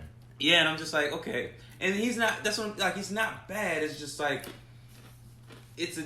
Eventually you get used to it. By the time by episode 6 or whatever. I mean, if you're not used to it, then you checked out. But it grows on you or whatever. But it's like it really felt like, oh damn, y'all are really kind of taking the time to bring the culture of the real city into here. It's like I don't know if y'all are putting as much detail into it as I would like, but I really really see an effort here. Sort of like incorporate and fuse it into the show. Yeah. And then season 2 kind of came around, and everybody's just, it's like the roles have been reversed. Now your boy's kind of living the life, on the run or whatever. And a girl is like living with her mom, I think. Yeah, I think they're trying to. I forget because I've not started the second season. Oh, you haven't started yet? Okay. Yeah, I haven't seen any of the second season. But the thing is, the first season grew on me steadily. Like I had problems at times with it, but I was like, you know what? I like this little show, even with all its flaws. It's just, I think I spoke about this. The reason why I haven't watched Dear White People yet. I I got to be in the mood. Like, you know, every TV show is its own universe, its own vibe, its own tone, its own world. And sometimes I'm not in the mood to have to watch a certain tone or to jump in a certain universe or a certain world. So I just haven't watched it just on the fact of I just ain't been in the mood to be in that vibe. But I will. I know what you mean. I will. Same thing with Legion. Season 2, I didn't finish it because I kind of fell out the vibe. But they're finishing up that series with season 3, which makes it like, okay, I'll go watch season 2 and season 3 just to see what happened with the show because it was a very unique joint. Okay, so I have a question for you if I can, man. I rewatched Atlanta, right? Somebody had mentioned something, and I figured, you know what, I got Atlanta at my disposal where I didn't before. I can watch both seasons at my leisure. Let me start that up. So I did that, kind of rewatched season 1, season 2. Question. I don't know, where do we start? Okay. He said, where do we start? Because, like, there are things I'm like, well, okay, it was cool watching it again on Hulu because there was an episode that I missed, apparently. But Black Justin Bieber. Yeah. How did y'all know that what they were saying there? How did y'all know that? Like, was that just apparent to you the first time you watched it that, like, we're showing you what Justin Bieber, all this behavior would look like on a young black kid? Versus yeah, eventually. Because when you first watch it, you're not catching on that they're making Justin Bieber black. Right, yeah, okay. But that's part of the genius of it because you got to catch up. Right. And then once you start catching, he's Justin Bieber. Oh, yeah, then you start giving them props. Like, okay, that's what you're doing there. Okay, word. And then there was another one. This show just has like a ton of stuff where they're like layers, dog. Yeah, layers, but they'll show you that there's a layer there, and then that's it. Like, okay, so for me, you know, Glover refuses to explain shit. For real, that makes sense. Like Alligator Man, which I think is maybe one of my favorite episodes. Definitely, maybe even above. I don't know. Didn't that joint win the Emmy? Did it? I think yeah, it won a Glove or Emmy. Somebody, yeah. Somebody won something. Cat Williams won something for it. Yeah. But yeah, he was really good in it. Watching it again too. Like he well deserved. Like he said something about, you know, I don't fuck with you because of what you did with my mom, or what happened with my mom. Yeah. And it's like you don't find out. You never find out what that was or anything. Yep. And then so jumping then also to the episode where your boy has that terrible fucking day on his mom's birthday. Ooh, that's one of the best episodes. Yeah, I love that. episode was great. Because you feel so, I feel like you feel so bad for him, dog. It's just like, God damn, can't shit go your way, man. And it's Robin season. Yeah. And it's like, damn. Like, I just felt so bad for him, bro. But so watching it, his mom shows up later on when we go to the FUBU episode. Mm-hmm. Like, so you get a real good look at it, get a real kind of picture of her, at least. You know what I mean? We also saw in that picture on the Alligator Man episode. Did we? Okay, I missed that. Okay. It's Cat, Donald Glover mom, and Paperboy mom on that picture. So when she's in the in the beginning of that episode when she's cleaning and kind of like, you know, humming or singing in the kitchen. Ghost. Yeah. Did you automatically know that was his mom and what was going on there? Not immediately. Okay. But if you talk to somebody like my nigga, I might have been Mike, who's lost both of his parents. Yeah. Or it might have been Heem. One of them, they caught it. It might have been both. They caught it instantly. So I feel like, you know what I mean, the people who might have had that kind of loss, that kind of episodes hit some different. I forget which one it was that was watched the episode and they just knew from the dump. Oh, that's, you know what I mean? Because I know the first time I watched it, I was like, who this old lady is? What's going on? But it becomes more clear. And then when in a couple seconds, it just sort of like makes sense. As the episode progresses, of course, you're like, oh, I caught what that was. But nah, it was either him or Five from Dump caught it, and I was like, damn, son, that's some astute shit. But again, you lost a parent, so it just might just be a different vibe for you. Yeah, just taking in things off face value because you know you might go through similar things. Who knows? You know. So nah, son, that's still one of my favorite shows, like, period. Yeah, it really holds up, and like just watching it makes me like, oh fuck, man, I really want another season. But every time you watch a new episode, that little commercial comes on and says, coming back in 2020. No, they're shooting it in 2020. Oh, really? Yeah, so I mean, well, technically that means you're gonna see, because they're shooting seasons 3 and 4 back to back in 2020. And that means most likely the end of 2020 you'll see at least season 3. Oh, wow. Like, yeah, they doing back-to-back shooting. So, yeah, I guess technically 2020, yeah, but we got time. Right, yeah. We got time. But, yeah, that's what I was, just excited about that. And then I'm like, 2020. It feels so far away. Now that they are superstars, because I remember I had auditions for shit in both of those seasons. In Atlanta? Yeah, Joseph had one too. I remember one of Joseph's auditions that I shot for him, because the first season especially, they didn't know it was going to be. You know what I mean? So a lot of times when the show is new, you get auditions like I got for the originals, dog. I had, when the originals first dropped, I had auditions for all the lead roles. But that's before I was that good at film auditioning. And when I think back on some auditions for the original, I was like, what the fuck were you doing, Bats? But as the show gets popular, the roles, the how big the role is that starts getting offered to you gets smaller, because now it's so freaking popular that motherfuckers trying to jump on board. So I can only imagine it has to happen for Atlanta. Yeah. But because I remember for Atlanta, I auditioned for the role. So you just saw season 1. They partner. The one that's on one episode, he talking on the phone, and he got the girl sitting next to him the whole time when he talking about how, yeah, man, I'm going by this fine bitch house. Yeah, you was listening to me. You was listening to my conversation. Yeah. I can't trust you. I can't. And he pops up at least 3 times in season 1, but it's never heard from again in season 2. Because remember, he worked with Earn too on the first episode. Yeah. All just for that cat. Okay. You feel me? Okay. And Word. but that was like he was a recurring character. For season 2, I auditioned for the dude that what the paper boy. He took pictures of them while he was trying to sell them weed, and he kept on taking pictures of himself. Which one? Yeah, there's like a couple of them. You the one who's out on the porch. They went to his house because it was an episode with a Paperboy and Lakeith Stanfield character Darius. They trying to re-up, and this is black dude, and he on his phone, and he take a slick side picture of Paperboy, you hear the click, and people go, did you take a picture of me? Yeah, that's the one. He nah, did you see him again in the distance? He taking it. And then he posted. Yeah, that's why I auditioned for the second season. Okay. Didn't get either one, of course. Right. Joseph auditioned for the dude that he was the dude that kept on wanting to film everything. On that, I think it was season 1. He was like, "Yeah, what's up, guys?" And he had the dude that he said to who rolls up on the on the Segway. Yeah, and that dude was all throughout that episode. Yeah, I remember recording Joe audition for that one because they wanted a racially ambiguous guy. Oh, yeah, purposely. Because when he say nigga, you looking like, this nigga say nigga? Because I think it's what he said at one point in the episode. Yeah. And so it's funny watching back, but I'm hoping for any freaking audition for the upcoming seasons because now I'm like a super fan. Right. There's one thing before it comes out, you get auditions, like, okay, that's cool. But no, I'm a fan, nigga. Yeah. You know what I mean? I'll be anybody at this point because I just hope it actually pops off. Right. You heard me? That'd be dope. Empire, Woo or Power, dog? Which one you want to run it on? We can start with Power. That's not that one. The show's getting ridiculous, huh? Yeah. It is. It's sort of, it's like I can't say getting. For a lot of people, it's been ridiculous. Yeah. And I often say every character on it is trash, and I stand by it. Every character on this show is trash.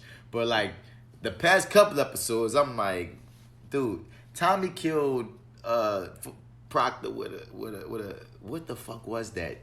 Did he need that? Automatic. When he pulled that big motherfucker out just to murder this little nigga, and we have this huge unnecessary gun battle in Ghost's apartment, and no one comes. I'm like, what am I watching right now? Mm-hmm. What's happening? Yeah. And why is Tommy not dead? He kills so many people. Oh yeah. He's gonna go out in a blaze. Yeah, Tommy's not gonna make it out of this thing alive. I understand that y'all love the actor. He's been since the beginning. I felt like they wanted to just give him a proper send-off because, of course, Proctor? Yeah, I felt like they wanted to give the character a big send-off. That's why they had the whole gun battle situation. But Tommy being the big-time gangster he is and Proctor just being a lawyer, as soon as he pulled out I understand maybe he just hate snitches that much. But as soon as he pulled out such a freaking over-the-top weapon to kill Proctor with, and missed a good bit with it, I'm like, Tommy, it's just Proctor. You could beat him to death if you wanted to. That's just regular gun, pow, pow, one to the head. Now, you know he did. You know what I'm saying? Like, what? Was this all called for? Even if you want to give him a shootout on some shit, dog, there's other ways to do it, dog. Like, definitely. It just took me out. Like, I didn't want to see Proctor die at this point, but I knew power kills people. It is what it is. But goddamn, dog, like, it just felt so freaking extra. I guess I'm one of those people who thought that the show was already over the top because I wasn't fazed really one bit by that big ass gun that nigga brought in there. Now, granted, it's over the top, but it felt Tommy over the top. You know what I'm saying? But for Proctor, yeah, I can see him doing that for Dre. It was personal, but it's like I don't know, man. I feel like he felt like he couldn't trust Proctor to begin with. And then I can't remember exactly what happened. Like, didn't they had an exchange, like right before he kills him? Like, what was the exchange about? I can't remember. Because the deal is, Proctor's stupid ass took the bait that Sax threw out there. Cause, but no, I guess I can't say stupid ass because that's the thing too on the show. They try to do too much at once.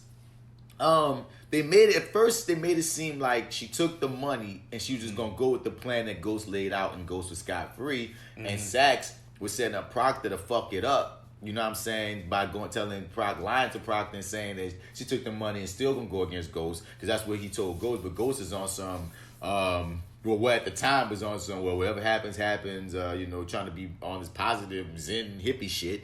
Yeah. And so Proctor tells Tommy, because he know once I tell Tommy gonna get the job done. Yeah. You feel me? So did you really think though that that's what she was gonna do? Did that make sense before? Like, you actually saw that was the plan, that she was like, I thought they were bullshitting us. Dog, the story, you're not supposed to jerk your audience in that manner. Mm-hmm. They presented it as like, it's one thing if the cops are lying to someone else, right. But in the private time that the cops are having, they are saying that she decided to alter her statement, and then Sax is like, oh, she got paid off. So in the confines of your storytelling, you effectively told me that she was going to take the money and bounce and alter her statement, and Ghost had won.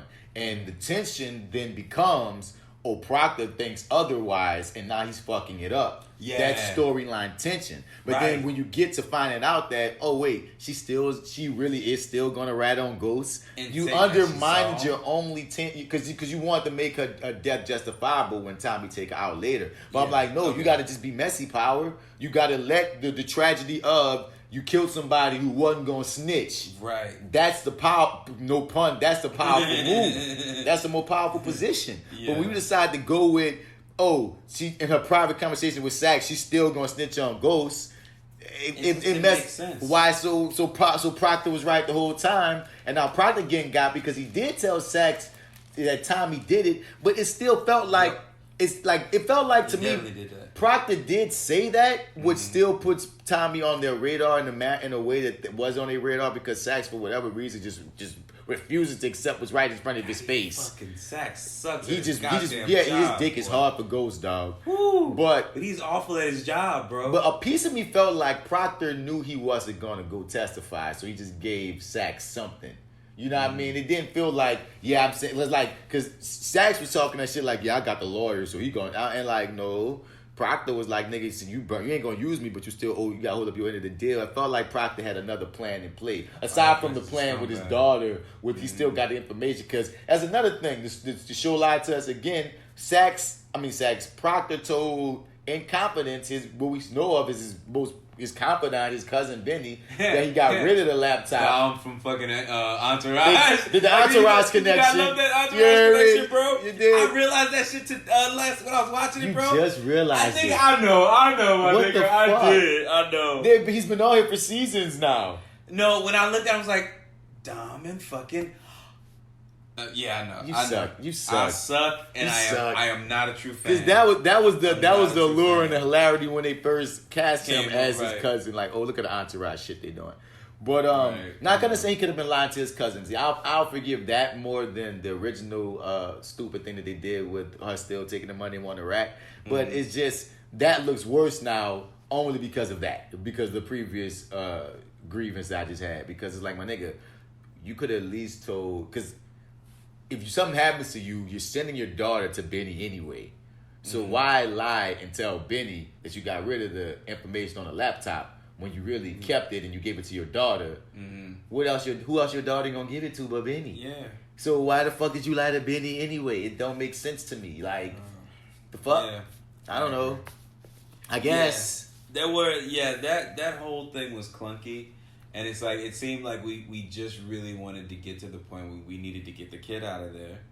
We needed to have Tommy shoot up the place and kill Proctor. Like, that's kind of what it was smooth how they got the kid out of there with Tyreek being there, and Tyreek not even knowing the girl was there, and he just decided, like, I can't even let this girl be here for this shit. Yeah, but then, like, the sad part, man, she's in there fucking crying. Yeah. Like, he hears her sister's crying. room.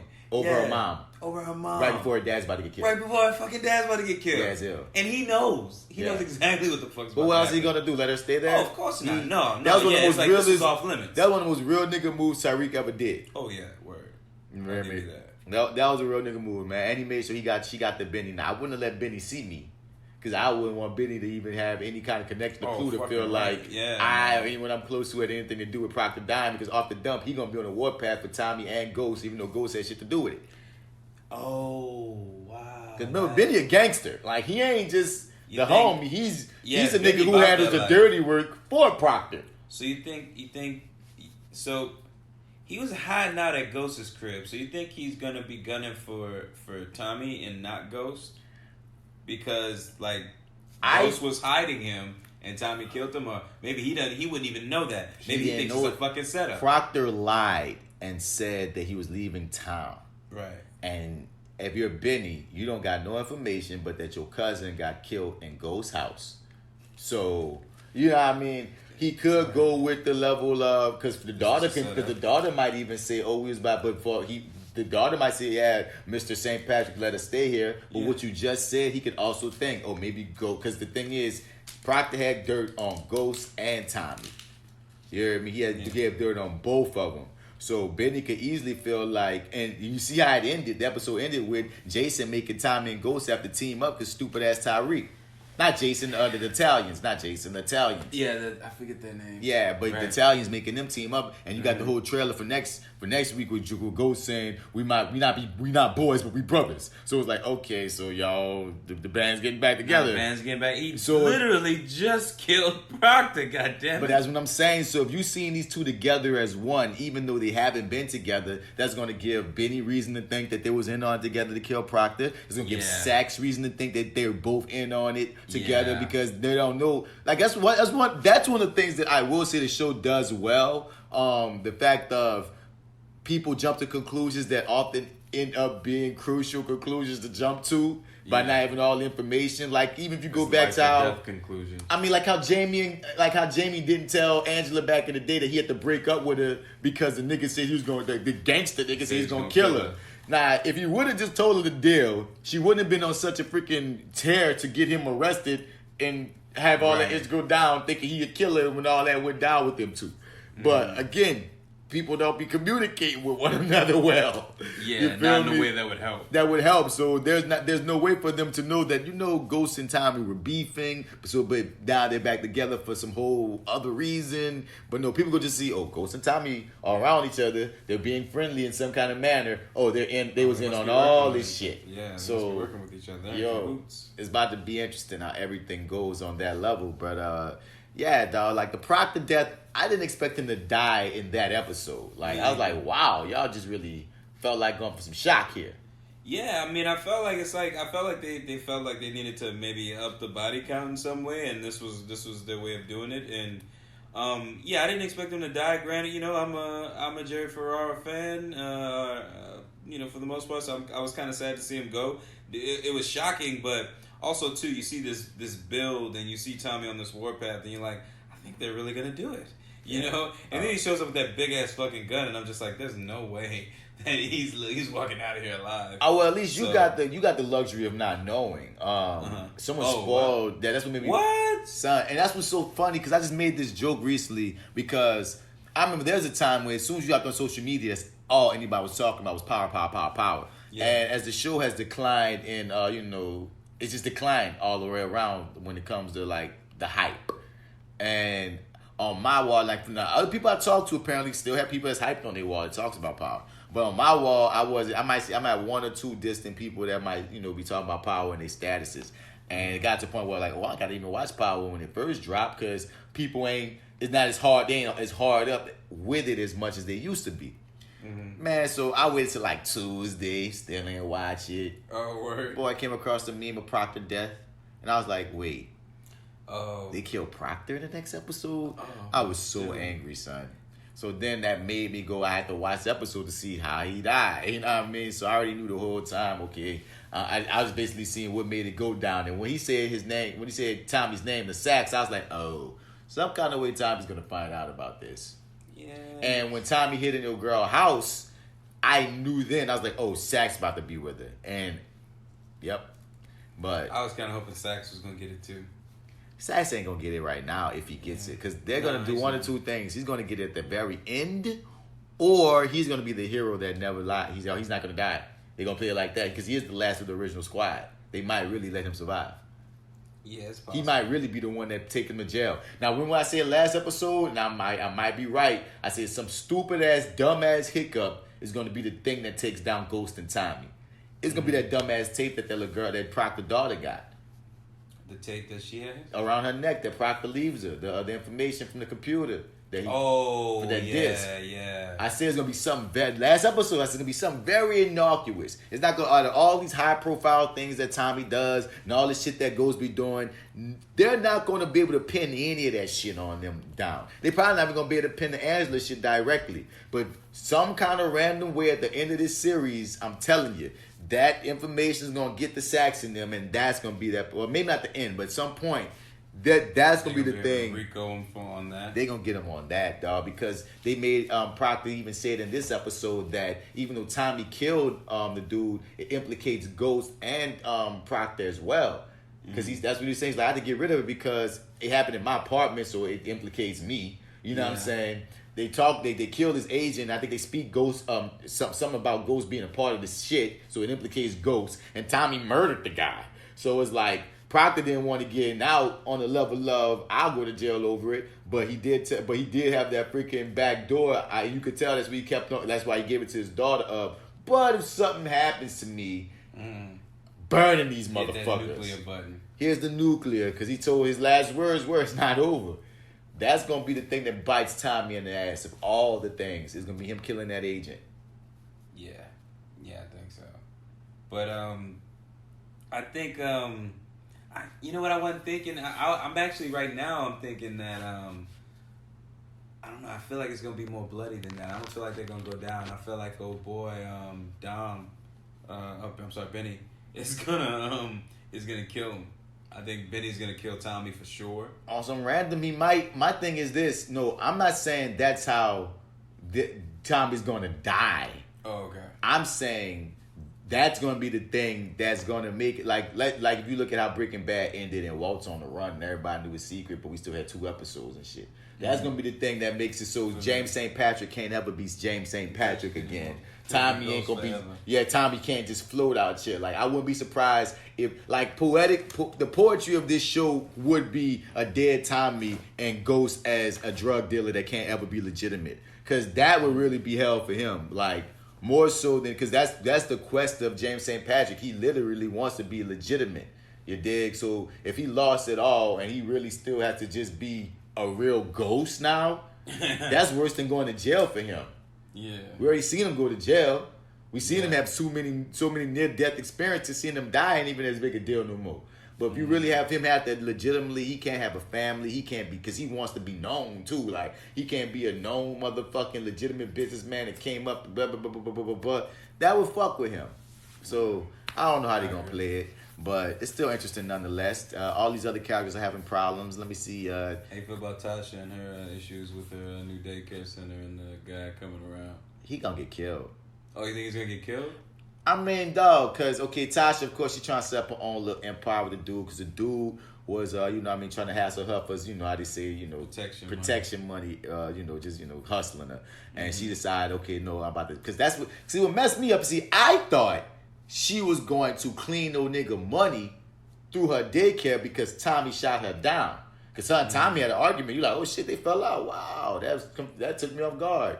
But that's still, you know, I like that they did that because it puts more heat on everything. But she's gonna sell drugs for this nigga. And I'm like, Tasha, I understand I might be doing it purposely, but you just got at your son because he was selling drugs. In the very same episode that you're not cleaning money, which is your forte, you straight up being a drug dealer. Why? I understand why, but why writers is, I guess. Yeah. I was just really hoping, I understand she wanted to get Tommy on him, but I was just hoping, I'm like, that's one of the moments where it's like, Tasha, go tell Ghost to whoop this nigga ass, bruh. Like, you forgetting that Ghost is one of the biggest gangsters. Like, the Ghost that we meet, episode 1, season 1, is a force. Yeah. Even if he's out the game, that nigga still got rep. You ain't about to tell me that even if y'all beefing, you can't get Ghost to handle this little motherfucker. Yeah. I mean, yeah, it's one of those things where it's like, if in real life, if you could just say that, just tell him 2 words about it, like this shit would be solved. You know what I'm saying? You just put on his little vigilante outfit and murder him. Like yeah, you know what I'm saying? Just like take him out. You know what I'm saying? On a jog. You know what I'm saying? Ghost and Tommy kill bosses. This like, nigga is nothing for Ghost. It's nothing. So, but yeah, it's like, but also too, I think the show probably wants to paint Tasha in an independent light where she can sort of handle these things without him. But it's like this is the this is your but solution. you about to be a drug dealer now. Like you're not even, you selling drugs for this nigga? You've always been kind of a boss bitch. Like why are you about to be this nigga's underling now? I understand you gonna most likely flip it because you Tasha St. Patrick, but it's still like one of those things of when I saw it, it was kind of off-putting again in the same episode where you just speechified Tariq. So it was just like I guess Tasha, do what you do, baby. And then, well... And I got a feeling maybe her new boyfriend might get involved in... No, well, not boyfriend, but the dude that they introduced on that last episode that she was fucking with. Oh, Lord. That dude, man. Maybe he might be involved since we're in the neighborhood with the shits. I don't know. Maybe. We shall see. Like, yeah, who knows what his end of the role day, be. dog, one or both of the niggas, Ghost gonna wind up murking. So, it just is what it is, dog. Ghost still was in love with Angela and still killed Terry, dog. Like, he's a selfish motherfucker. Yeah. He's a selfish motherfucker. Like, all these characters are trash. What was Ghost going through in this episode? Let's get through Tariq. Tariq don't even know a girl fucking... Or he found out at the end when that chess piece was knocked down. He's like, oh, she burned them. There. They gave her a very interesting flip that I didn't see coming. Yeah, I didn't either. I thought we were watching the little, baby Ghost and or Junior Ghost, if you will, because he did graduate. Yeah. Junior Ghost and Junior Angela or Tasha or whatever. Or whatever have you want to flip it. It was neither. Yeah, it was neither of those. It was none of that. She said, but she set him up proper. Yeah, and I was just like, I didn't see that kind of coming. That's kind of fucked up because she sold drugs on top of that, took money, profited from it, and then fucking sold you out. It seems to. Well, I guess she was playing both called sides. it a competition, so I guess she was played both working sides. She was working with somebody else. Yeah, which I don't know. I was kind of hoping to get a little more of what was going on. Me too. But like they're not going to spend a lot. It seemed of time like story's over. Yeah, I was hoping to get more on it and I guess the hints are there when you look at he did keep running out, but she kept it moving. Yeah. You know what I mean? Yeah. But she was kind of putting pressure on him, like, I don't know. They might go back to it. I don't know. But, I doubt it. Because I feel like the tension now was with Tariq being home with his drug dealing ass parents or his hitman. Well, right now they got to save his ass. Yeah, he's right. Why in the fuck would you give fake drugs to the mob, Tariq? I mean, he clearly doesn't make, like, smart decisions. It's just, I'm like, awful. Gee. Awful. The mob, the nigga told you straight up, keep it a hundo with me, son. Right. Like, I'm taking on a lot of risk even fucking with you, given that I know who you are now. And you gonna give this man a whole freaking baby aspirin instead of the product that he's used to. And he's used to getting that Primo from Tommy. Was Tommy so proud of that he got the Primo? You think the niggas ain't gonna know the difference between Primo and aspirin? He does not make good decisions, but man is play gangster right now. He's not real gangster. I just want Ghost to beat him up. I mean, it seems every time like he be popping off at his paw, I just want him to just ghost to just wail on his neck. I mean, at this point, bro, I've lost track of how many times this nigga has gotten in his face and said, because he know his paw won't. Yeah, I mean, but at some point, you can't keep doing that, dude. Like, at some point, you're going to get knocked down. You keep jumping up like that. You know what I'm saying? You act like your paw ain't this swole-ass gangster nigga. Even though all the bullshit Ghost be doing sometimes, dog, he still is an intimidating presence. Yeah, definitely. Use a boy. Your dad, if he really wanted to, could really do some damage to you the way you be talking about sport. You talk like a kid that never got a whooping. Now, I ain't saying you need to whoop your kids, but I'm just saying his audaciousness shows to me that, they never for real put their hands on you. You don't think it can happen. Nigga, the growner you get, the more justified he gonna feel, because then he ain't gonna feel like he beating his kid. He feeling like, you think you a man, Reek? You think you a gangster? Let's square up then. Well, let me handle you like I handle gangsters, nigga. Square. Because like we often say, Ghost is the reason why he has such a horrible relationship with his son, because he won't be like his son said. Kanan saw who I was and accepted me for me. Tasha keep trying to tell Ghost, our son's a gangster now. Stop seeing the nigga that you want to see and start being real. Like, as much as it is Ghost's fault, a piece of me still like, Tyreek, that's your daddy though, son. You know what I mean? Yeah. Like, at some point, you gotta understand that that's still gonna be your daddy. Now, on the slick, he seemed like they gave us a moment of that when he thought Tommy was about to come in. His dad, yeah. And he's like, I thought you told me he was gonna give me the heads up. So that made me, like, they gave us some, like, okay, you do care somewhat, because you didn't want Tommy to just come in blasting on Pops. Yeah. But it's like, son. That only goes so far. But nah, he's still on board with offering him. It just seems like he wants to. I don't think he's on board with off. I don't think he knows what he wants. I think he's a kid that's just confused and conflicted. He got beef with his dad, but again, he lost his sister. It's like even with Tasha. Tasha talked that Cash Money shit to Tommy, like, we can't kill Ghost yet. Like, she in on killing Ghost. But she don't really even want Ghost dead neither. Like, y'all, everybody loves each other. They're family.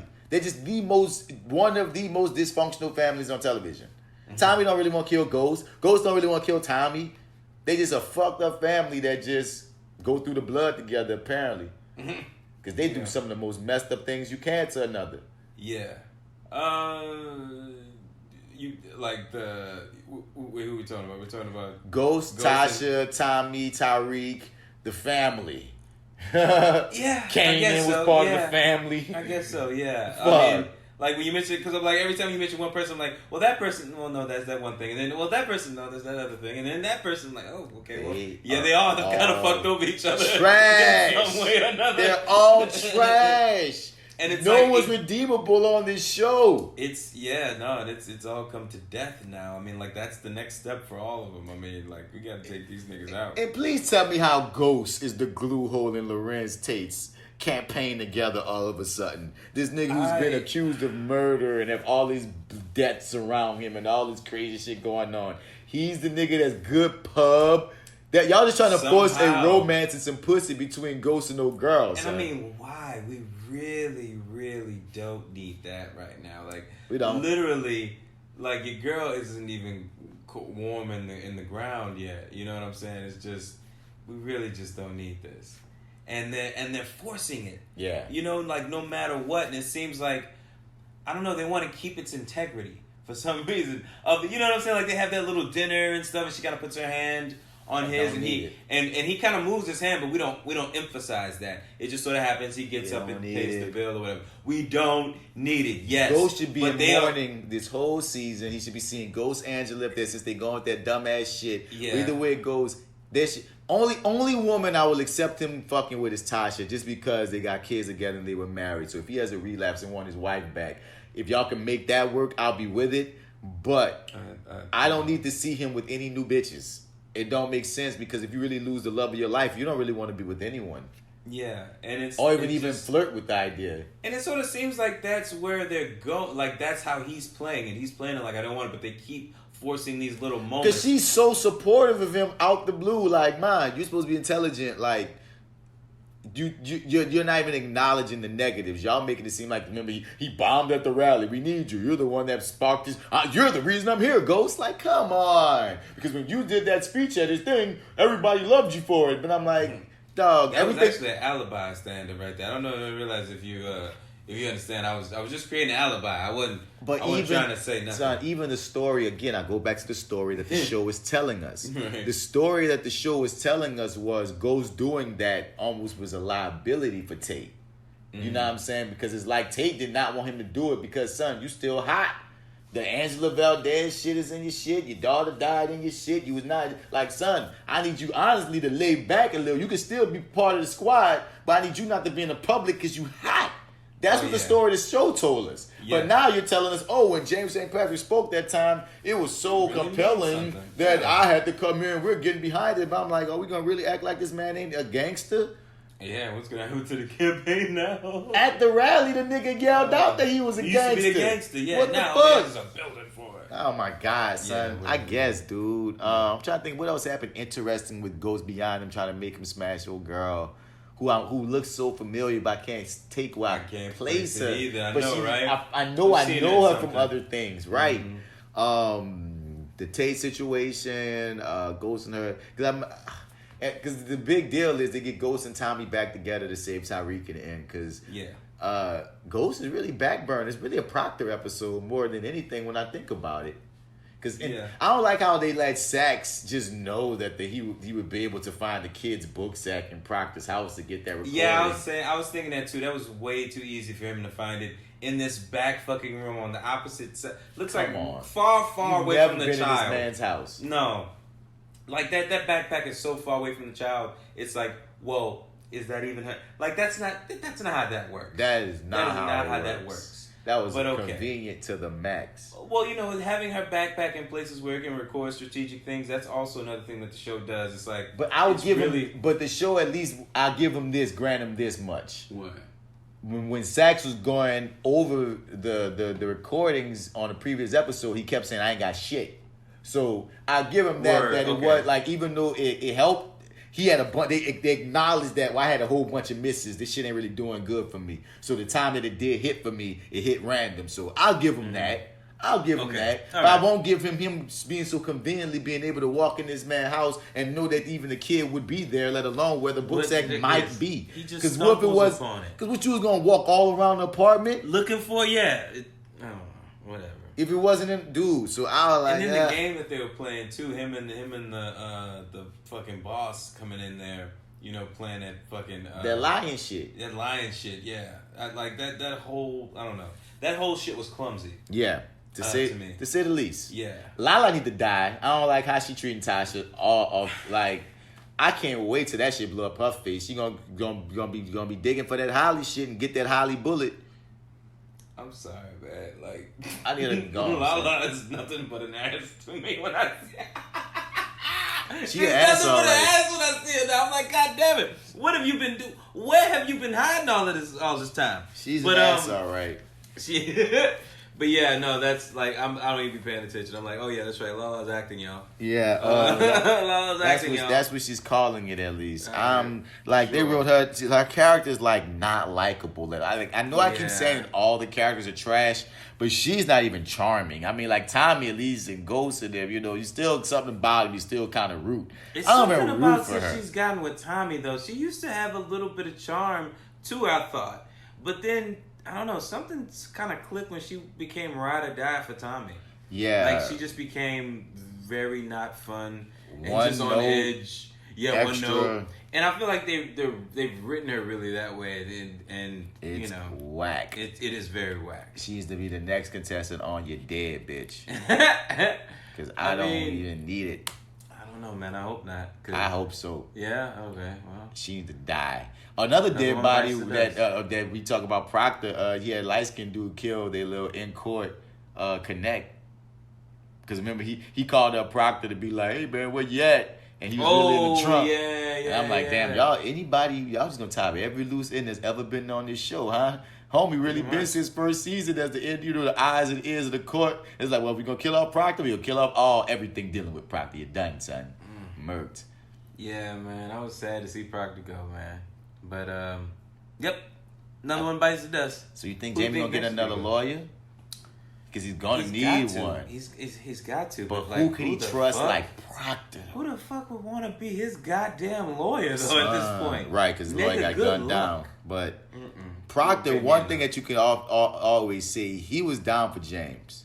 He had James back. Like James, he really, even though he lied to James as to why he was there, which once again make you feel like, well, Tommy probably had some more motive and more merit to say, because you couldn't even keep it 100. Because if you would have kept it 100 and said they think that I'm going to testify against Tommy, but of course he ain't gonna say all that, because once you start saying any realm of snitching, gangsters gonna get niggas get nervous. Yeah, like, oh, we gotta shut this shit down. I can't take the chance. I don't know, dog. Like I feel like he felt like that James was a friend.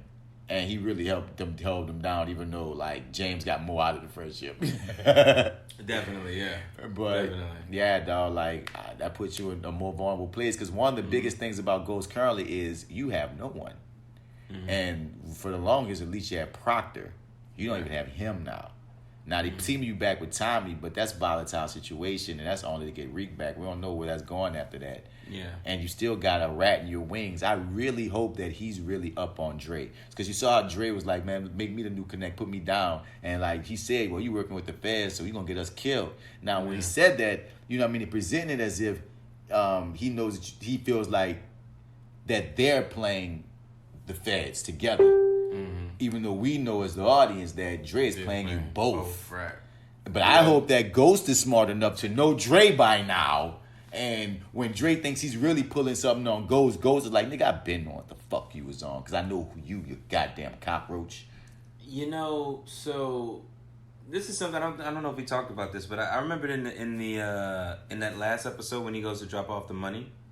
And he's like, the cops pull up when they're driving off, right? And it kind of feels like he looks at him like, yeah, I know your ass called the cops. That's why I left out there at the exact time that I left out there, because I knew the ass was going to come. Did you get that I sort of vibe? I didn't read it as that. I read it as he looking as he sees the cops, and Ghost didn't even see any. You don't even think he noticed that they were behind him? I don't think that they sold it like that. But if they come on a retcon and make it that, I'll go with it. You know what I mean? Because to me they didn't tell me. They gave me enough. They left. To me it was ambiguous enough to be like, I could see why you felt that way, but I see why I didn't see nothing. Word. Like they would have went out their way to show me one or the other thing, then I'm like, well, that wasn't ambiguous. That was right on the head. But I felt like it was ambiguous enough where I could think they go see it, and me wondering is enough. Yeah, is enough for right now. Okay. But I just hope that he's not stupid enough to actually, because when Sack said, I see Ghost got you working in the club, the mysterious club that's never seeming like it's in business anymore, but apparently it is when we don't see it. But Sack was like, I see Dre that he's working in the club again. And my thought is, even if Ghost pumping this man for info or use him in any kind of way, why would he give him a job again? Yeah. Oh, I mean, what? Like, why would he do that? Y'all was just on kill Dre mode last season. Murder Dre mode last season. Dre set all kind of shit in motion on y'all last season. And now, not only I ain't gonna say it's all is forgiven, but dude. Hell no, on sight he was about to knock this, dude, about to rock this nigga block. Yeah, but then 2 episodes later, he works for me. He gets to walk around Truth and listen to my conversations with Jason. Which is, right. You know what I'm saying? It's like, my dude. You let this dude be free as fuck to say that he's been a rat, always been a rat, and he should probably ratting right now. Son, he should be on your list of niggas that need to die even though you're using them. Because now, again, his only nigga he has now is Dre. That's an interesting place that you took a story. His only person is Dre, and it's the nigga you really can't trust. And that's, I mean, if having, does he really have Dre? He don't. He got Dre who's plotting on him. He got Tate who's plotting on him. That's his only connects. As far as any kind of power himself. Otherwise he's out there on the island by himself. He got Jason who we want to kill. He got only person he had. He got the Proctor. Rich white man. Only friend he had was Proctor. That was down. The only person who was down, still down for him. That's it. So it's gonna be interesting what all this spirals into. Because to me, the whole Tyreek shit is a side mission, almost like a filler episode. You got him and Tommy. You got him and Tommy working together. We know he's gonna save his son, but after that, then where does the show go? And I know you know where you're going, show. So the end of next episode gonna put us in more of a thought process of, okay, what's next? Because y'all gotta deal with these Italians. This nigga said $2 million. Yeah, I looked up I tried to find the trailer for next episode, but I couldn't find it at the time, and it was like maybe the next like Monday or Tuesday after, and I couldn't find it. But like, does it look like they're gonna resolve this issue? Because I kind of thought that there's no way we're gonna hustle up this money for you. We're gonna plot to kill your ass. No. I mean, that's what. It looks like they're trying to hustle the money. Oh, like they on some drug dealing shit. Like Ghost look like he on some drug dealing shit. That's what I said. Ghost tell Tommy, we ain't boys, but we brothers. So that let me go. Okay, that means you guys are killing each other. I'm saying y'all gonna somehow work to some kind of understanding by the end of all of this. The heightened threat of Tommy versus Ghost. It's still gonna be, I feel like, gonna be uncomfortable. It's just gonna make it interesting, dog. But again, in my heart of hearts, do y'all really want to kill each other? I don't think so. Y'all like, he killed Angela. He had you kill your daddy. Like, I still think. I mean, I don't know. My man recklessly ran into that damn ambulance that last time they saw but each then, I feel like, and they basically spent all his time apologizing for the next 2 episodes. Saying, I'm not doing that dumb shit no more. Yeah. So it's like, we'll see. We'll see, dog. The show has a good knack of, even when it's being whack, it will still surprise you in some manner. True. So I give you that. Last up, let's talk about some Wu-Tang, son. Wu-Tang. Now, I did find out that Divine, the reason why he's getting so much love is because he did wind up either being their manager or working for him at some point later on. Oh, the brother Divine? Because I was listening to the Breakfast Club the other day, and they had Angie Martinez on, who's doing this show right now called Untold Stories of Hip Hop. Mm-hmm. And she came on and she was talking mess with the Breakfast Club. Like, I want to hear some of y'all untold stories because I know y'all's the Breakfast Club. Y'all be getting some. Mm-hmm. And apparently Angela Yee, her first job in hip hop was working for Wu-Tang. Word. And she brought up how, she brought up an interesting story about ODB, and she brought up Divine and RZA, like it wasn't nothing. Like, yeah, and apparently at some point in this whole scheme of things, Divine gets down and he winds up either being their manager or working with them in some capacity of, like, I'm down with the dream. So still part of this story where we are is trying to figure out, okay, how do all y'all come together? Because I still don't see it. Yeah, so... We met Inspector Deck now, though. Yeah, we did meet Inspector Deck. So, like, I saw those interviews, so I wanted to tell you. Did I mention that the last time? Yeah, you said that you were... Yeah, you brought it up. That I saw the Shamik that you was going down the rabbit hole. Yeah, and then remember we were like, he kind of came off cocky or whatever. He bordered on, it was more immaturity and it seemed some nervousness, but some of that shit was some cocky shit too. Yeah. And it's like, I saw that. Yeah. I got it. And then also too, I saw like the, I don't know, man. Then I saw like the interview because apparently, like, he did his interview and RZA and Eric Alexander. Everybody did because Shamik Moore wanted his own. He wanted his own interview. His own thing, yeah. Which I don't know. That was kind of awkward. They didn't really transition that. And then they had this thing with this moment where they're listening to his music, and it's like, it's okay. It's all right. And it's like you gotta tell him. He's like, well, what you think? And it's like, I think it's nice. I think your voice is, and it's just like... But the people who did like it, he did not like that shit. Nah. He was not feeling that criticism, son. He wasn't really. Like, yeah, we in the radio station. You got to be in the club. Okay, yeah, sure. Yeah, when I'm drinking. Sure, that's a song I'm playing. I got to get really fucked up is what you're telling me. Okay. Well, if you say so, man. Right. Pass the Cavassier. Sure, son. All right, if you say so. But anyway... It just was weird. That whole thing was like, wow, yeah, this didn't nail it for him, in my opinion.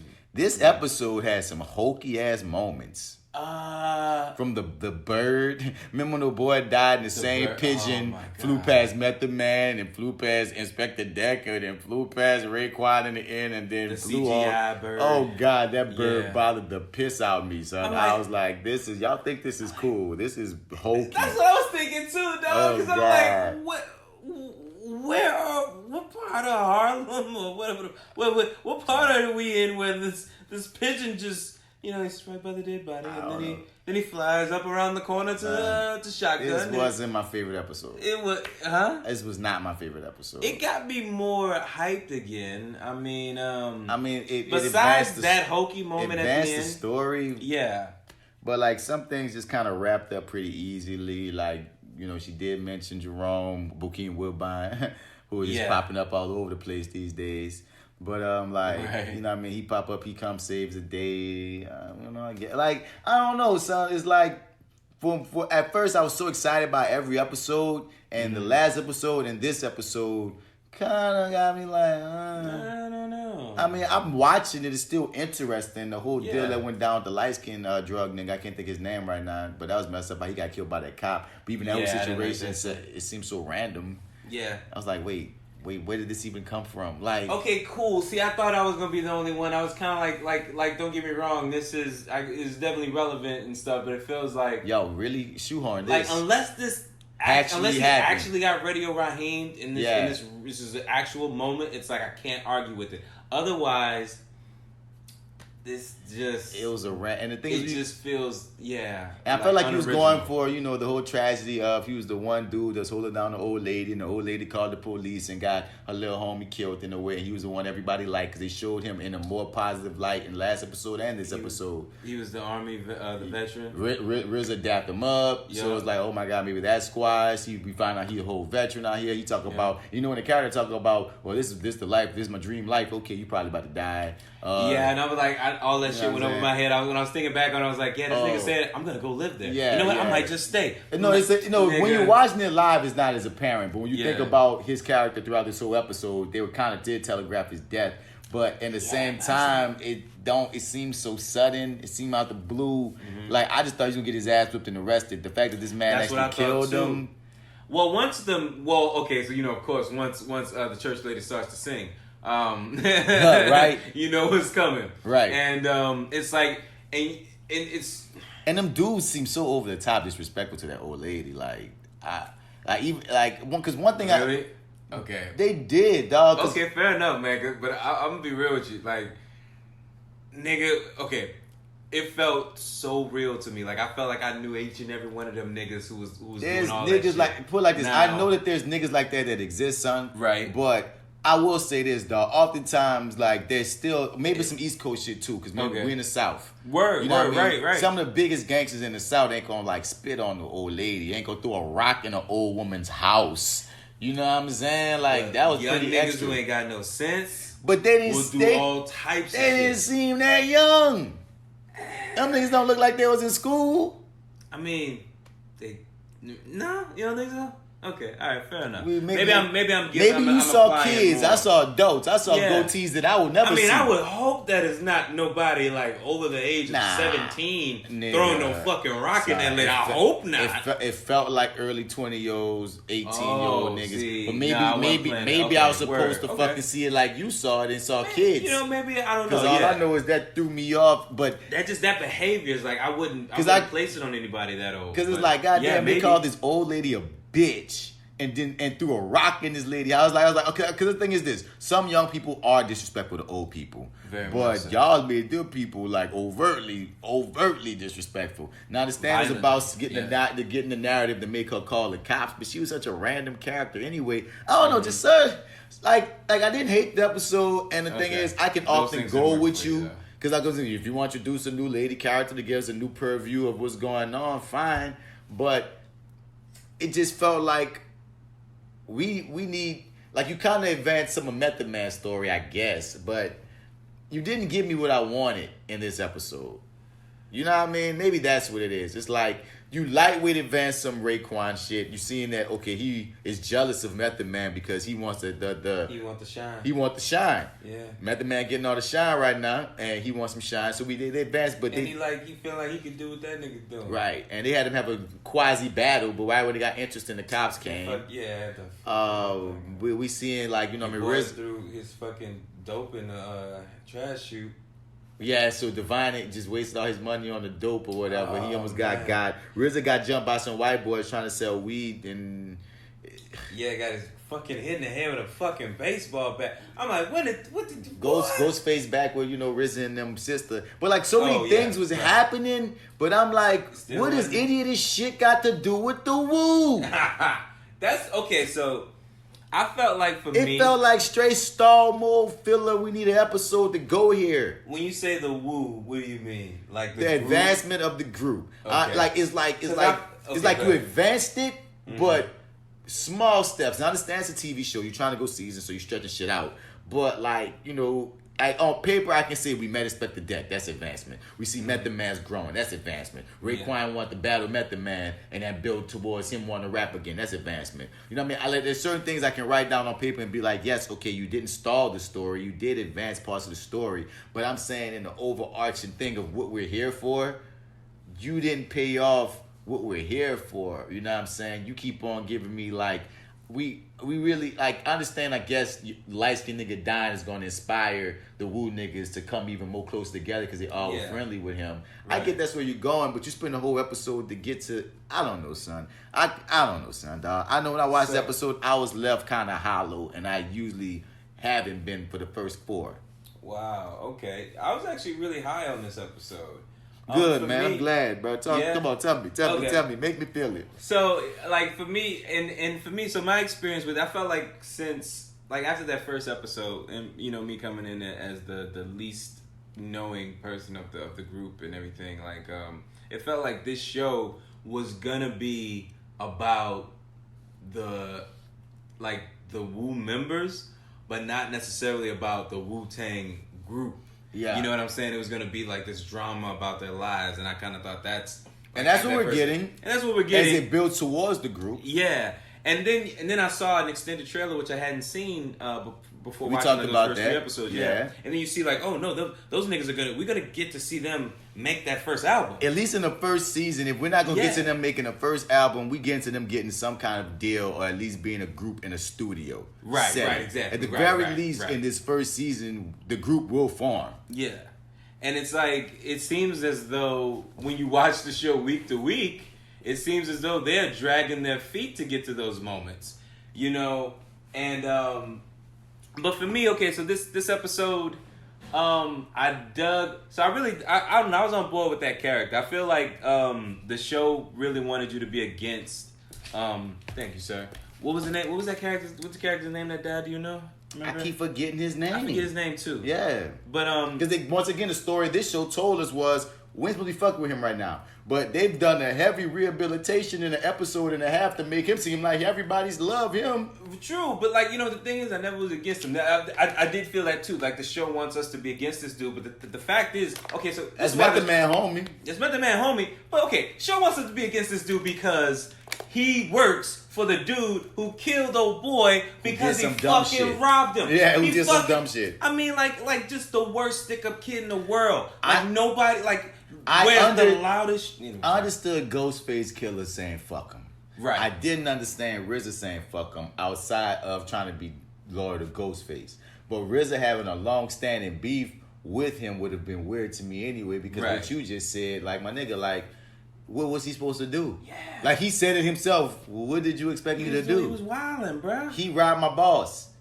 My boss decided to get him. Not just robbed him, man. He in the middle of fucking. Yeah. You know what I'm saying? Yeah. Like, you humiliated. You humiliated that man in a very vulnerable moment. Yeah. And it's just, dog, like that, like, niggas, like, they just, niggas they ain't no coming back from that. Niggas have died for less. Niggas have died for less. There you go. Perfect. Even Power told Raekwon, like, nigga, what you, remember Power told him, like, nigga, I would have fucked him. Like, he even said that to him. He said, lucky to do it the minute. I would have hung that nigga from the goddamn, for everybody to see.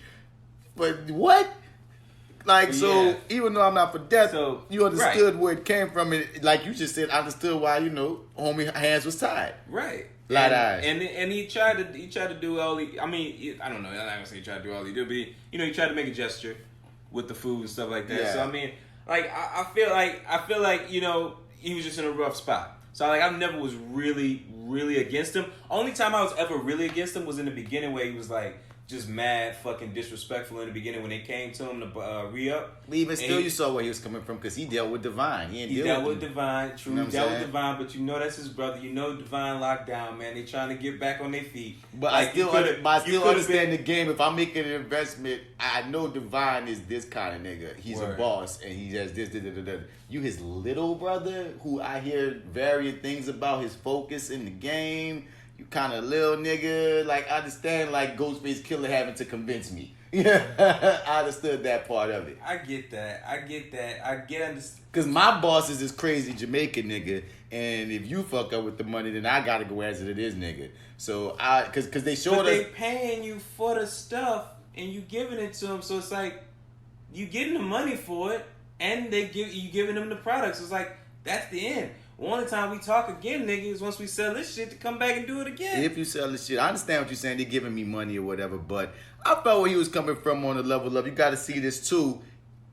All of them seem like they kind of grew up together. Yeah. Because even when he called Bobby the wrong, like, you know what I mean, the wrong thing in that battle, it felt like he still... In his weird ass way, I think he still seemed like he was trying to look out for Bobby to be like, nigga, you don't want this smoke, son. This ain't you ain't even built for this smoke. You a music nigga, but he did do it disrespectfully. Yeah, but right. I mean, I'm not expecting niggas to hold each other's hands in the drug game. True. You know what I mean? True. Well, everybody gonna always be polite in this game. I mean, coming around once Ghostface was like, you know, I'm the hardest of all hards, the nigga of all niggas, like he often seems to do. You know? Yeah. But the whole the cop killed him, and it just seemed weird. But right. That moment, I don't know. It's like it's hard to put it in words exactly how it is. I feel like I'm inaccurate with the description that I'm giving. But yeah, there's something about it that just didn't really work for me. And then it just kind of became if this really happened, then I can't really argue with it. But if this is some sort of manufactured moment, I'm sorry, then I felt like y'all could have did something better. Or we could have just did without this. And also, too, watching the trailer. So I did see the trailer, and the trailer leading up to this episode made me think, well, he's going to get his ass whipped. Yeah. And then when the moment happens, I'm like, oh, yeah, okay, this is where he's going to get his ass whipped. And then, you know, the church lady started singing, and I'm like, oh, okay, he ain't coming back from this. Yeah. So, and then it's like, okay, well, this could be the thing that unites the group. That's what it seemed like they're going with. And then did you watch the trailer from the last for the next episode? I don't think so. No, I feel like I have, but I don't remember it. It didn't. So when I watched it, I was like, okay, I feel like I did click it because there's still beef. There's more. So in the trailer, is it okay to talk about it? Yeah. Because I felt like I watched it, I just don't remember it for nothing. So Shotgun gets a show. And like, he might get signed. Ghostface feel away because RZA keep fucking with Method Man. Right. But RZA like, shit, we got a show that might get Method Man signed, and we might be on our way. That's what the trailer was. Yeah, that's what the trailer was. And it seems like there's still beef there, right? And it's not the uniting that I hoped would be there. But they ain't gonna show you all that in the trailer, though. Probably not. But I was like, I didn't feel like that was gonna be the one thing that was gonna unite everybody. But I felt like at least... You know what I'm saying? Like, I don't know, part of me, like, before I saw that trailer, I was kind of like, oh, man, this is going to be the thing that gets everybody together. Oh, boy, going to have their fucking NWA moment. Like, somebody going to roll in with a fucking pad and lyrics and stuff. And be like, man, this shit is hard right here. Nah. You know what I'm saying? Like, that's what I thought. But if anything, it's uniting the people who saw it, though. Right. Because Ghostface is the nigga that's on one. Right. But, you know what I mean? Shotgun, Shy, and Inspector Deck, all three of them saw this go down. So if anything, it might cause Method Man and Raekwon to get on a better kill, and Inspector Deck to get more inspired to do his shit. So you might see these three go in a more positive direction, because you gotta remember, Ghostface don't fuck with that hood.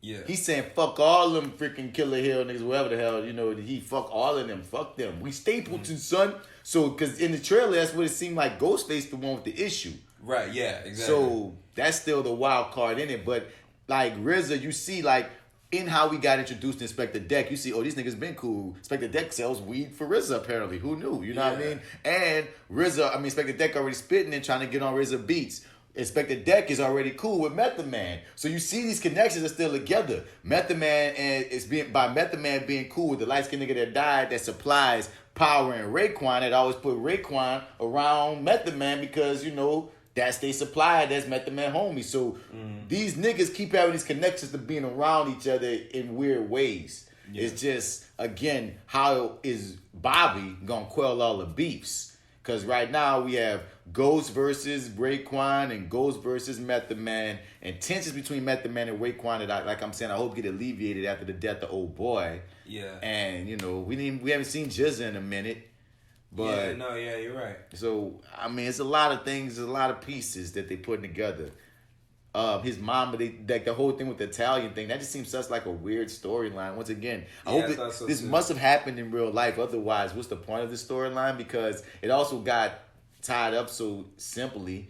And Bobby out here getting beat by bats to try to raise money to be the man of the house, only for him not to get enough money to his mom. His mom to burn the money gambling. Yeah. Only to be saved by the ex-husband, ex-boyfriend, baby daddy, whoever the fuck Bokeem Woodbine is, who the story kind of set up to seem like he was on some other shit that he really wasn't on. I don't know. Once again, I'm giving things to, if this happened in your life, I can't argue with it. Right, exactly. But some of it just feels like as a show, it's not convenient really or doesn't connect the flow in the manner, in the best manner, in the smoothest manner, I should say. But Bokeem did his job, you know what I mean? Yeah, he's always solid. I mean, he's always solid. Yeah. So, you know, he made it work. He made everything work that he was in. I thought he's going to steal the money from her the way they made a thing to show us her counting all this money all the time and putting it into this spot in this little jar and putting the jar in the same place. I'm like, are they setting up for Bokeem to, like, for her to go to that pantry one time? Bokeem took the bitch, but they went a different way. Yeah, I was like, well, I mean, if he robs them, I mean, like, is he going to, like, do they have enough for it to even be worth it? But I did think that they were setting him up for something nefarious. I just didn't know. I mean, it could exactly still be. What. Yeah, it still could be. But no, but the trailer, they all moving or some shit in the trailer. The next one. So he was actually for real. Yeah. I mean, yeah. And it seemed like mom, brother, and sister bouncing. After sister got her man back finally. Right. Yo, okay, so listen, I have a question. I wanna ask you this before I forget. So what's gonna happen on this show? Is Method Man gonna transition from Shotgun to Method Man, or is that how he's gonna be notified in the show? Like, will he be like Shotgun for the rest of the show?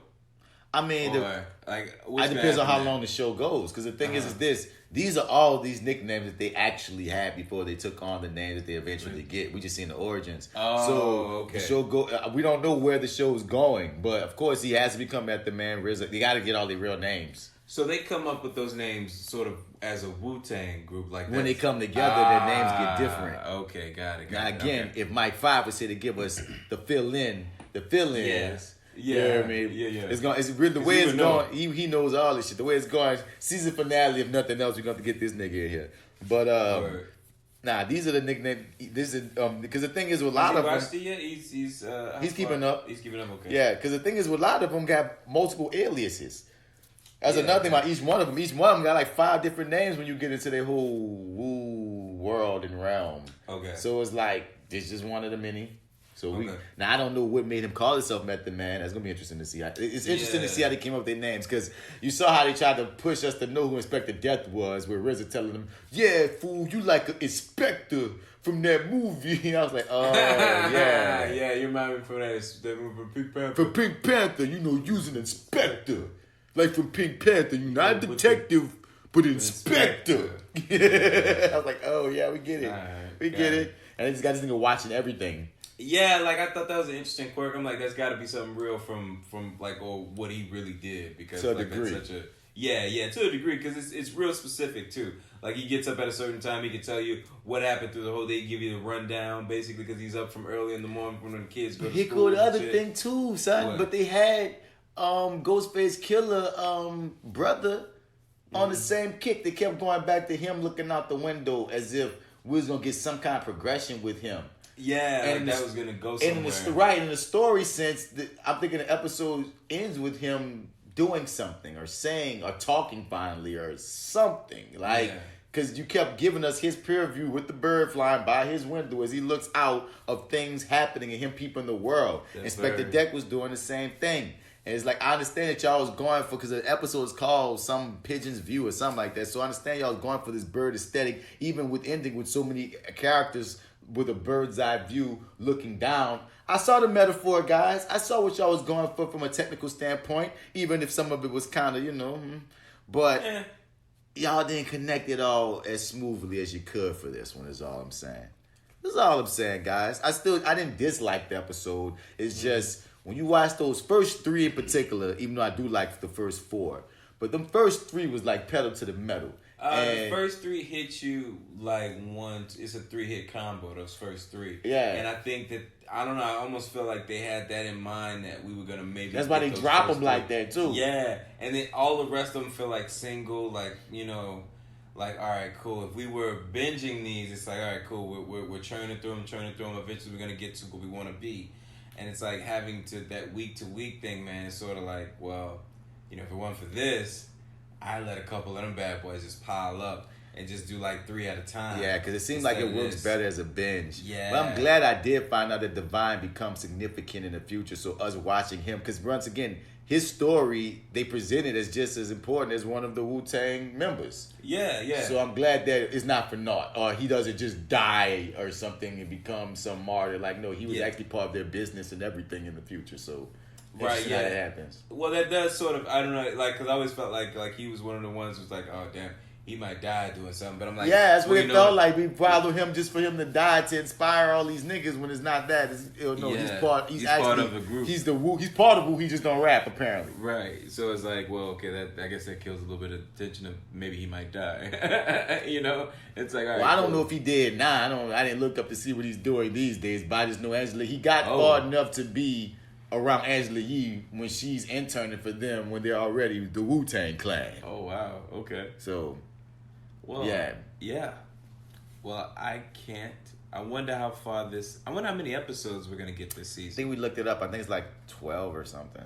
It's 12. That means, man, we gotta like start doing things. That's what I'm saying. Like, it needs to start doing things. Like if it's a fucking montage. But it's lightweight doing things. Oh, they gonna montage us. Don't montage us. Don't montage us. I'm gonna be so mad if that's the case. Don't montage us, y'all. And there's a good chance, bro. It is a good chance, but don't montage us, dog. But again, like I'm not gonna complain about a show that's doing so many things right, taking their time. But just as a watcher, again, I feel like you just said, it will most likely work so much better when you watch it all together. Yeah. Like some of these episodes, I feel like will work as this. Like I think it's just gonna work better watching it together like a movie versus getting parts of it. Because as much as I keep on championing that. You should tell biopics a series. Yeah. You need to let them all out. Let them out. Let out all episodes and let us watch them bitches how we watch them.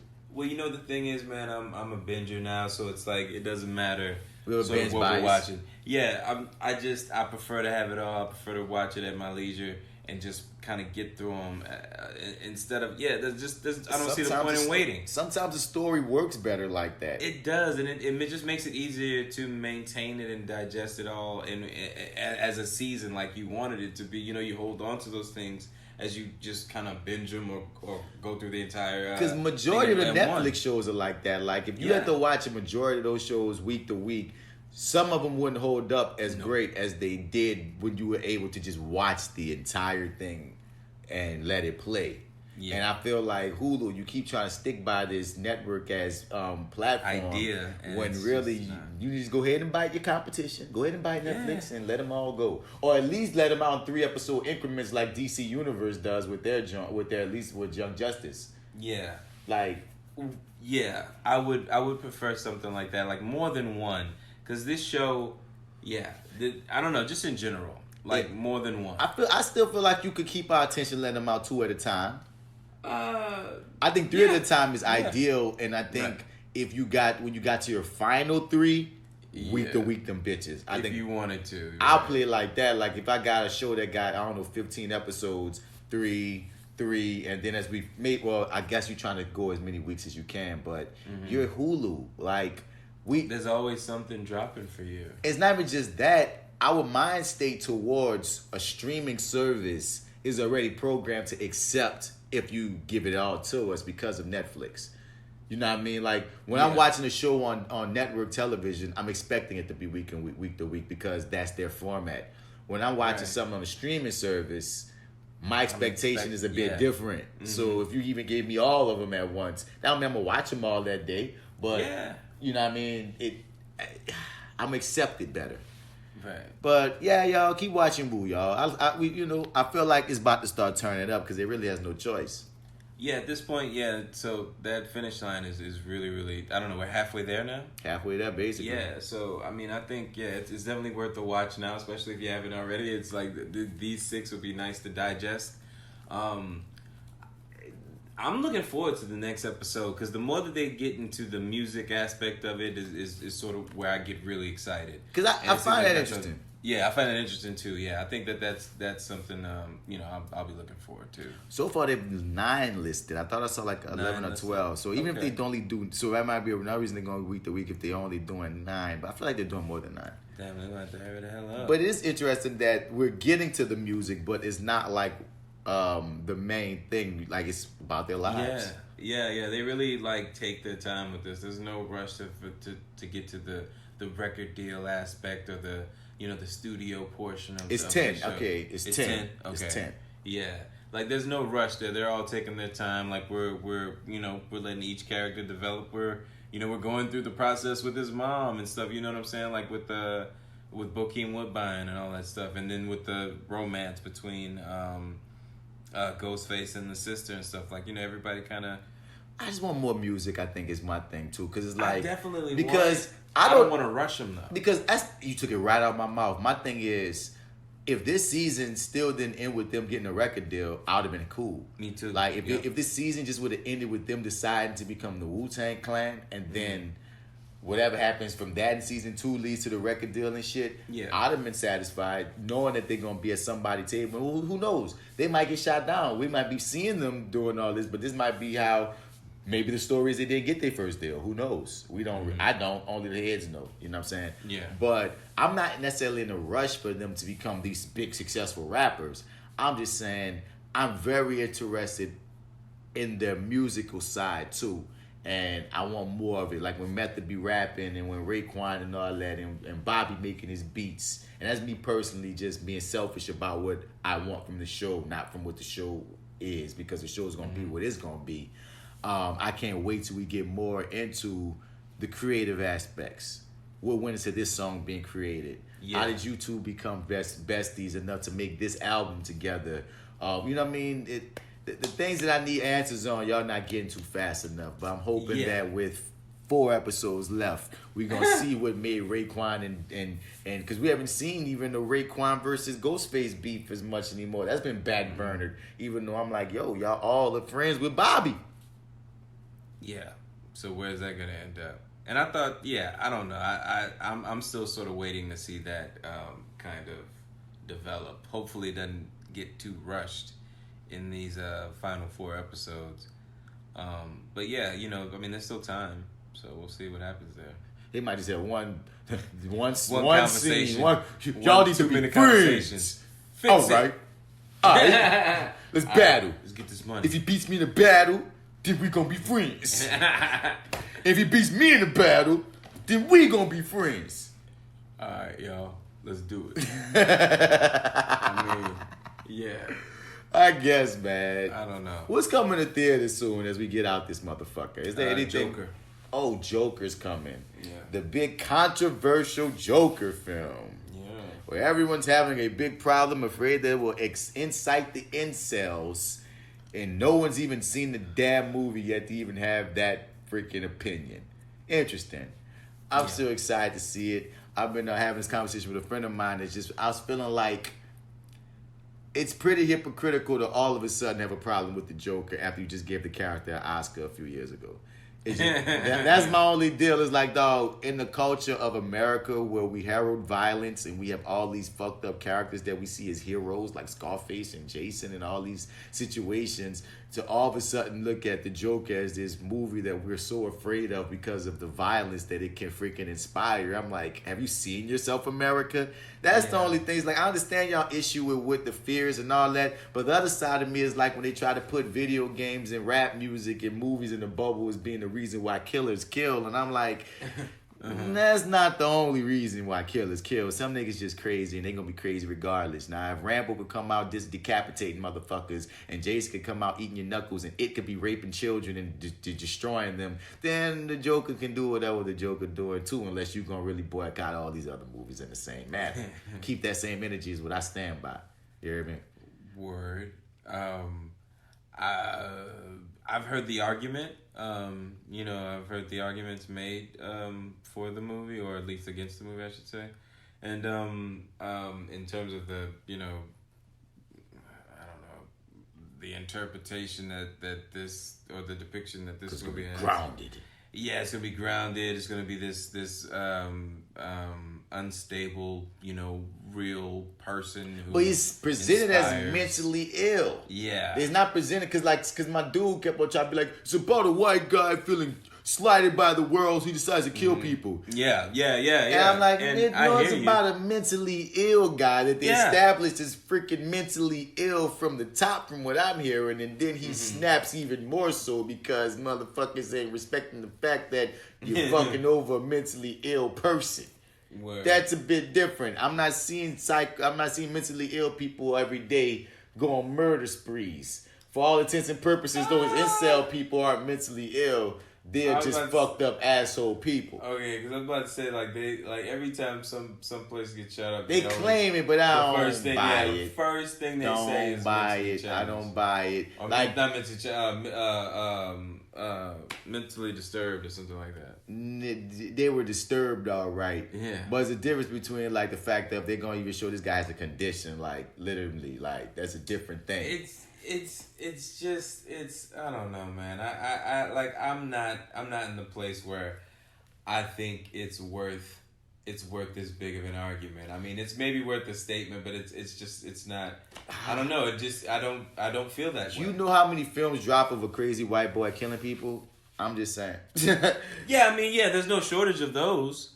But but this one is majorly mainstream, So I get the attention and the eyes on it and whatnot, but I just disagree. Yeah. I don't see it the same way. And then, granted, also too, I haven't seen the movie. Then neither have they. So that's what that's the other part. I'm like, at least when the movie drop, if you won't have all these problems, talk your shit. That's how you feel. We have something to actually debate on, or agree or disagree on. Right. You know what I mean? And now it's just sort of the theory of what it is. And for me, I want to reserve full judgment until I've actually seen the movie. I may even agree to some extent.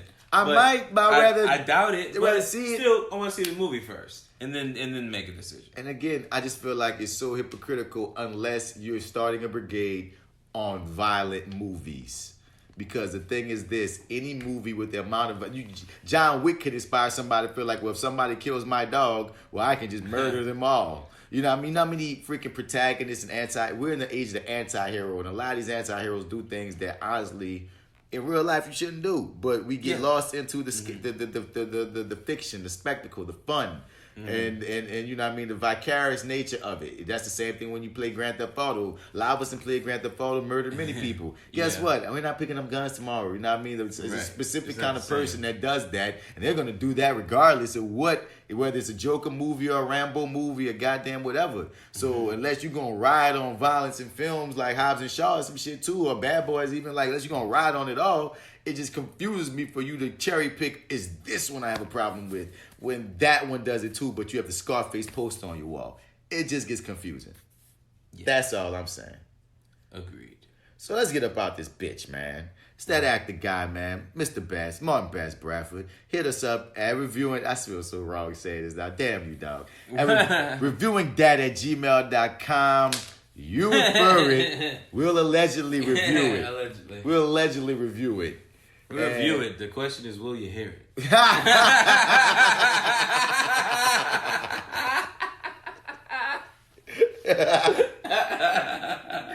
Fuck, funny. man. It's funny because it's true. Oh, man.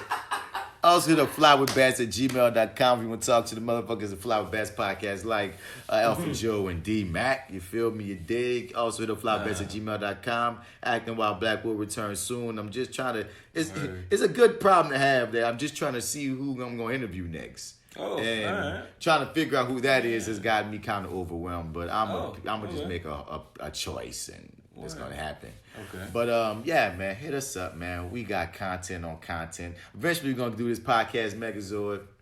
It's happening at some point. Soon. Eventually, if Marty don't let goddamn websites recharge his ass for the year. Yo, man, I don't know what happened. Normally, I get a little notification, shit stops working. I'm like, all right, cool. Then I shut the lights off. Now it's time to move. And I'm looking and I'm like, I feel like I'm missing $144. I don't want to panic, because I drink. I don't know. Maybe I lost it there. I don't know.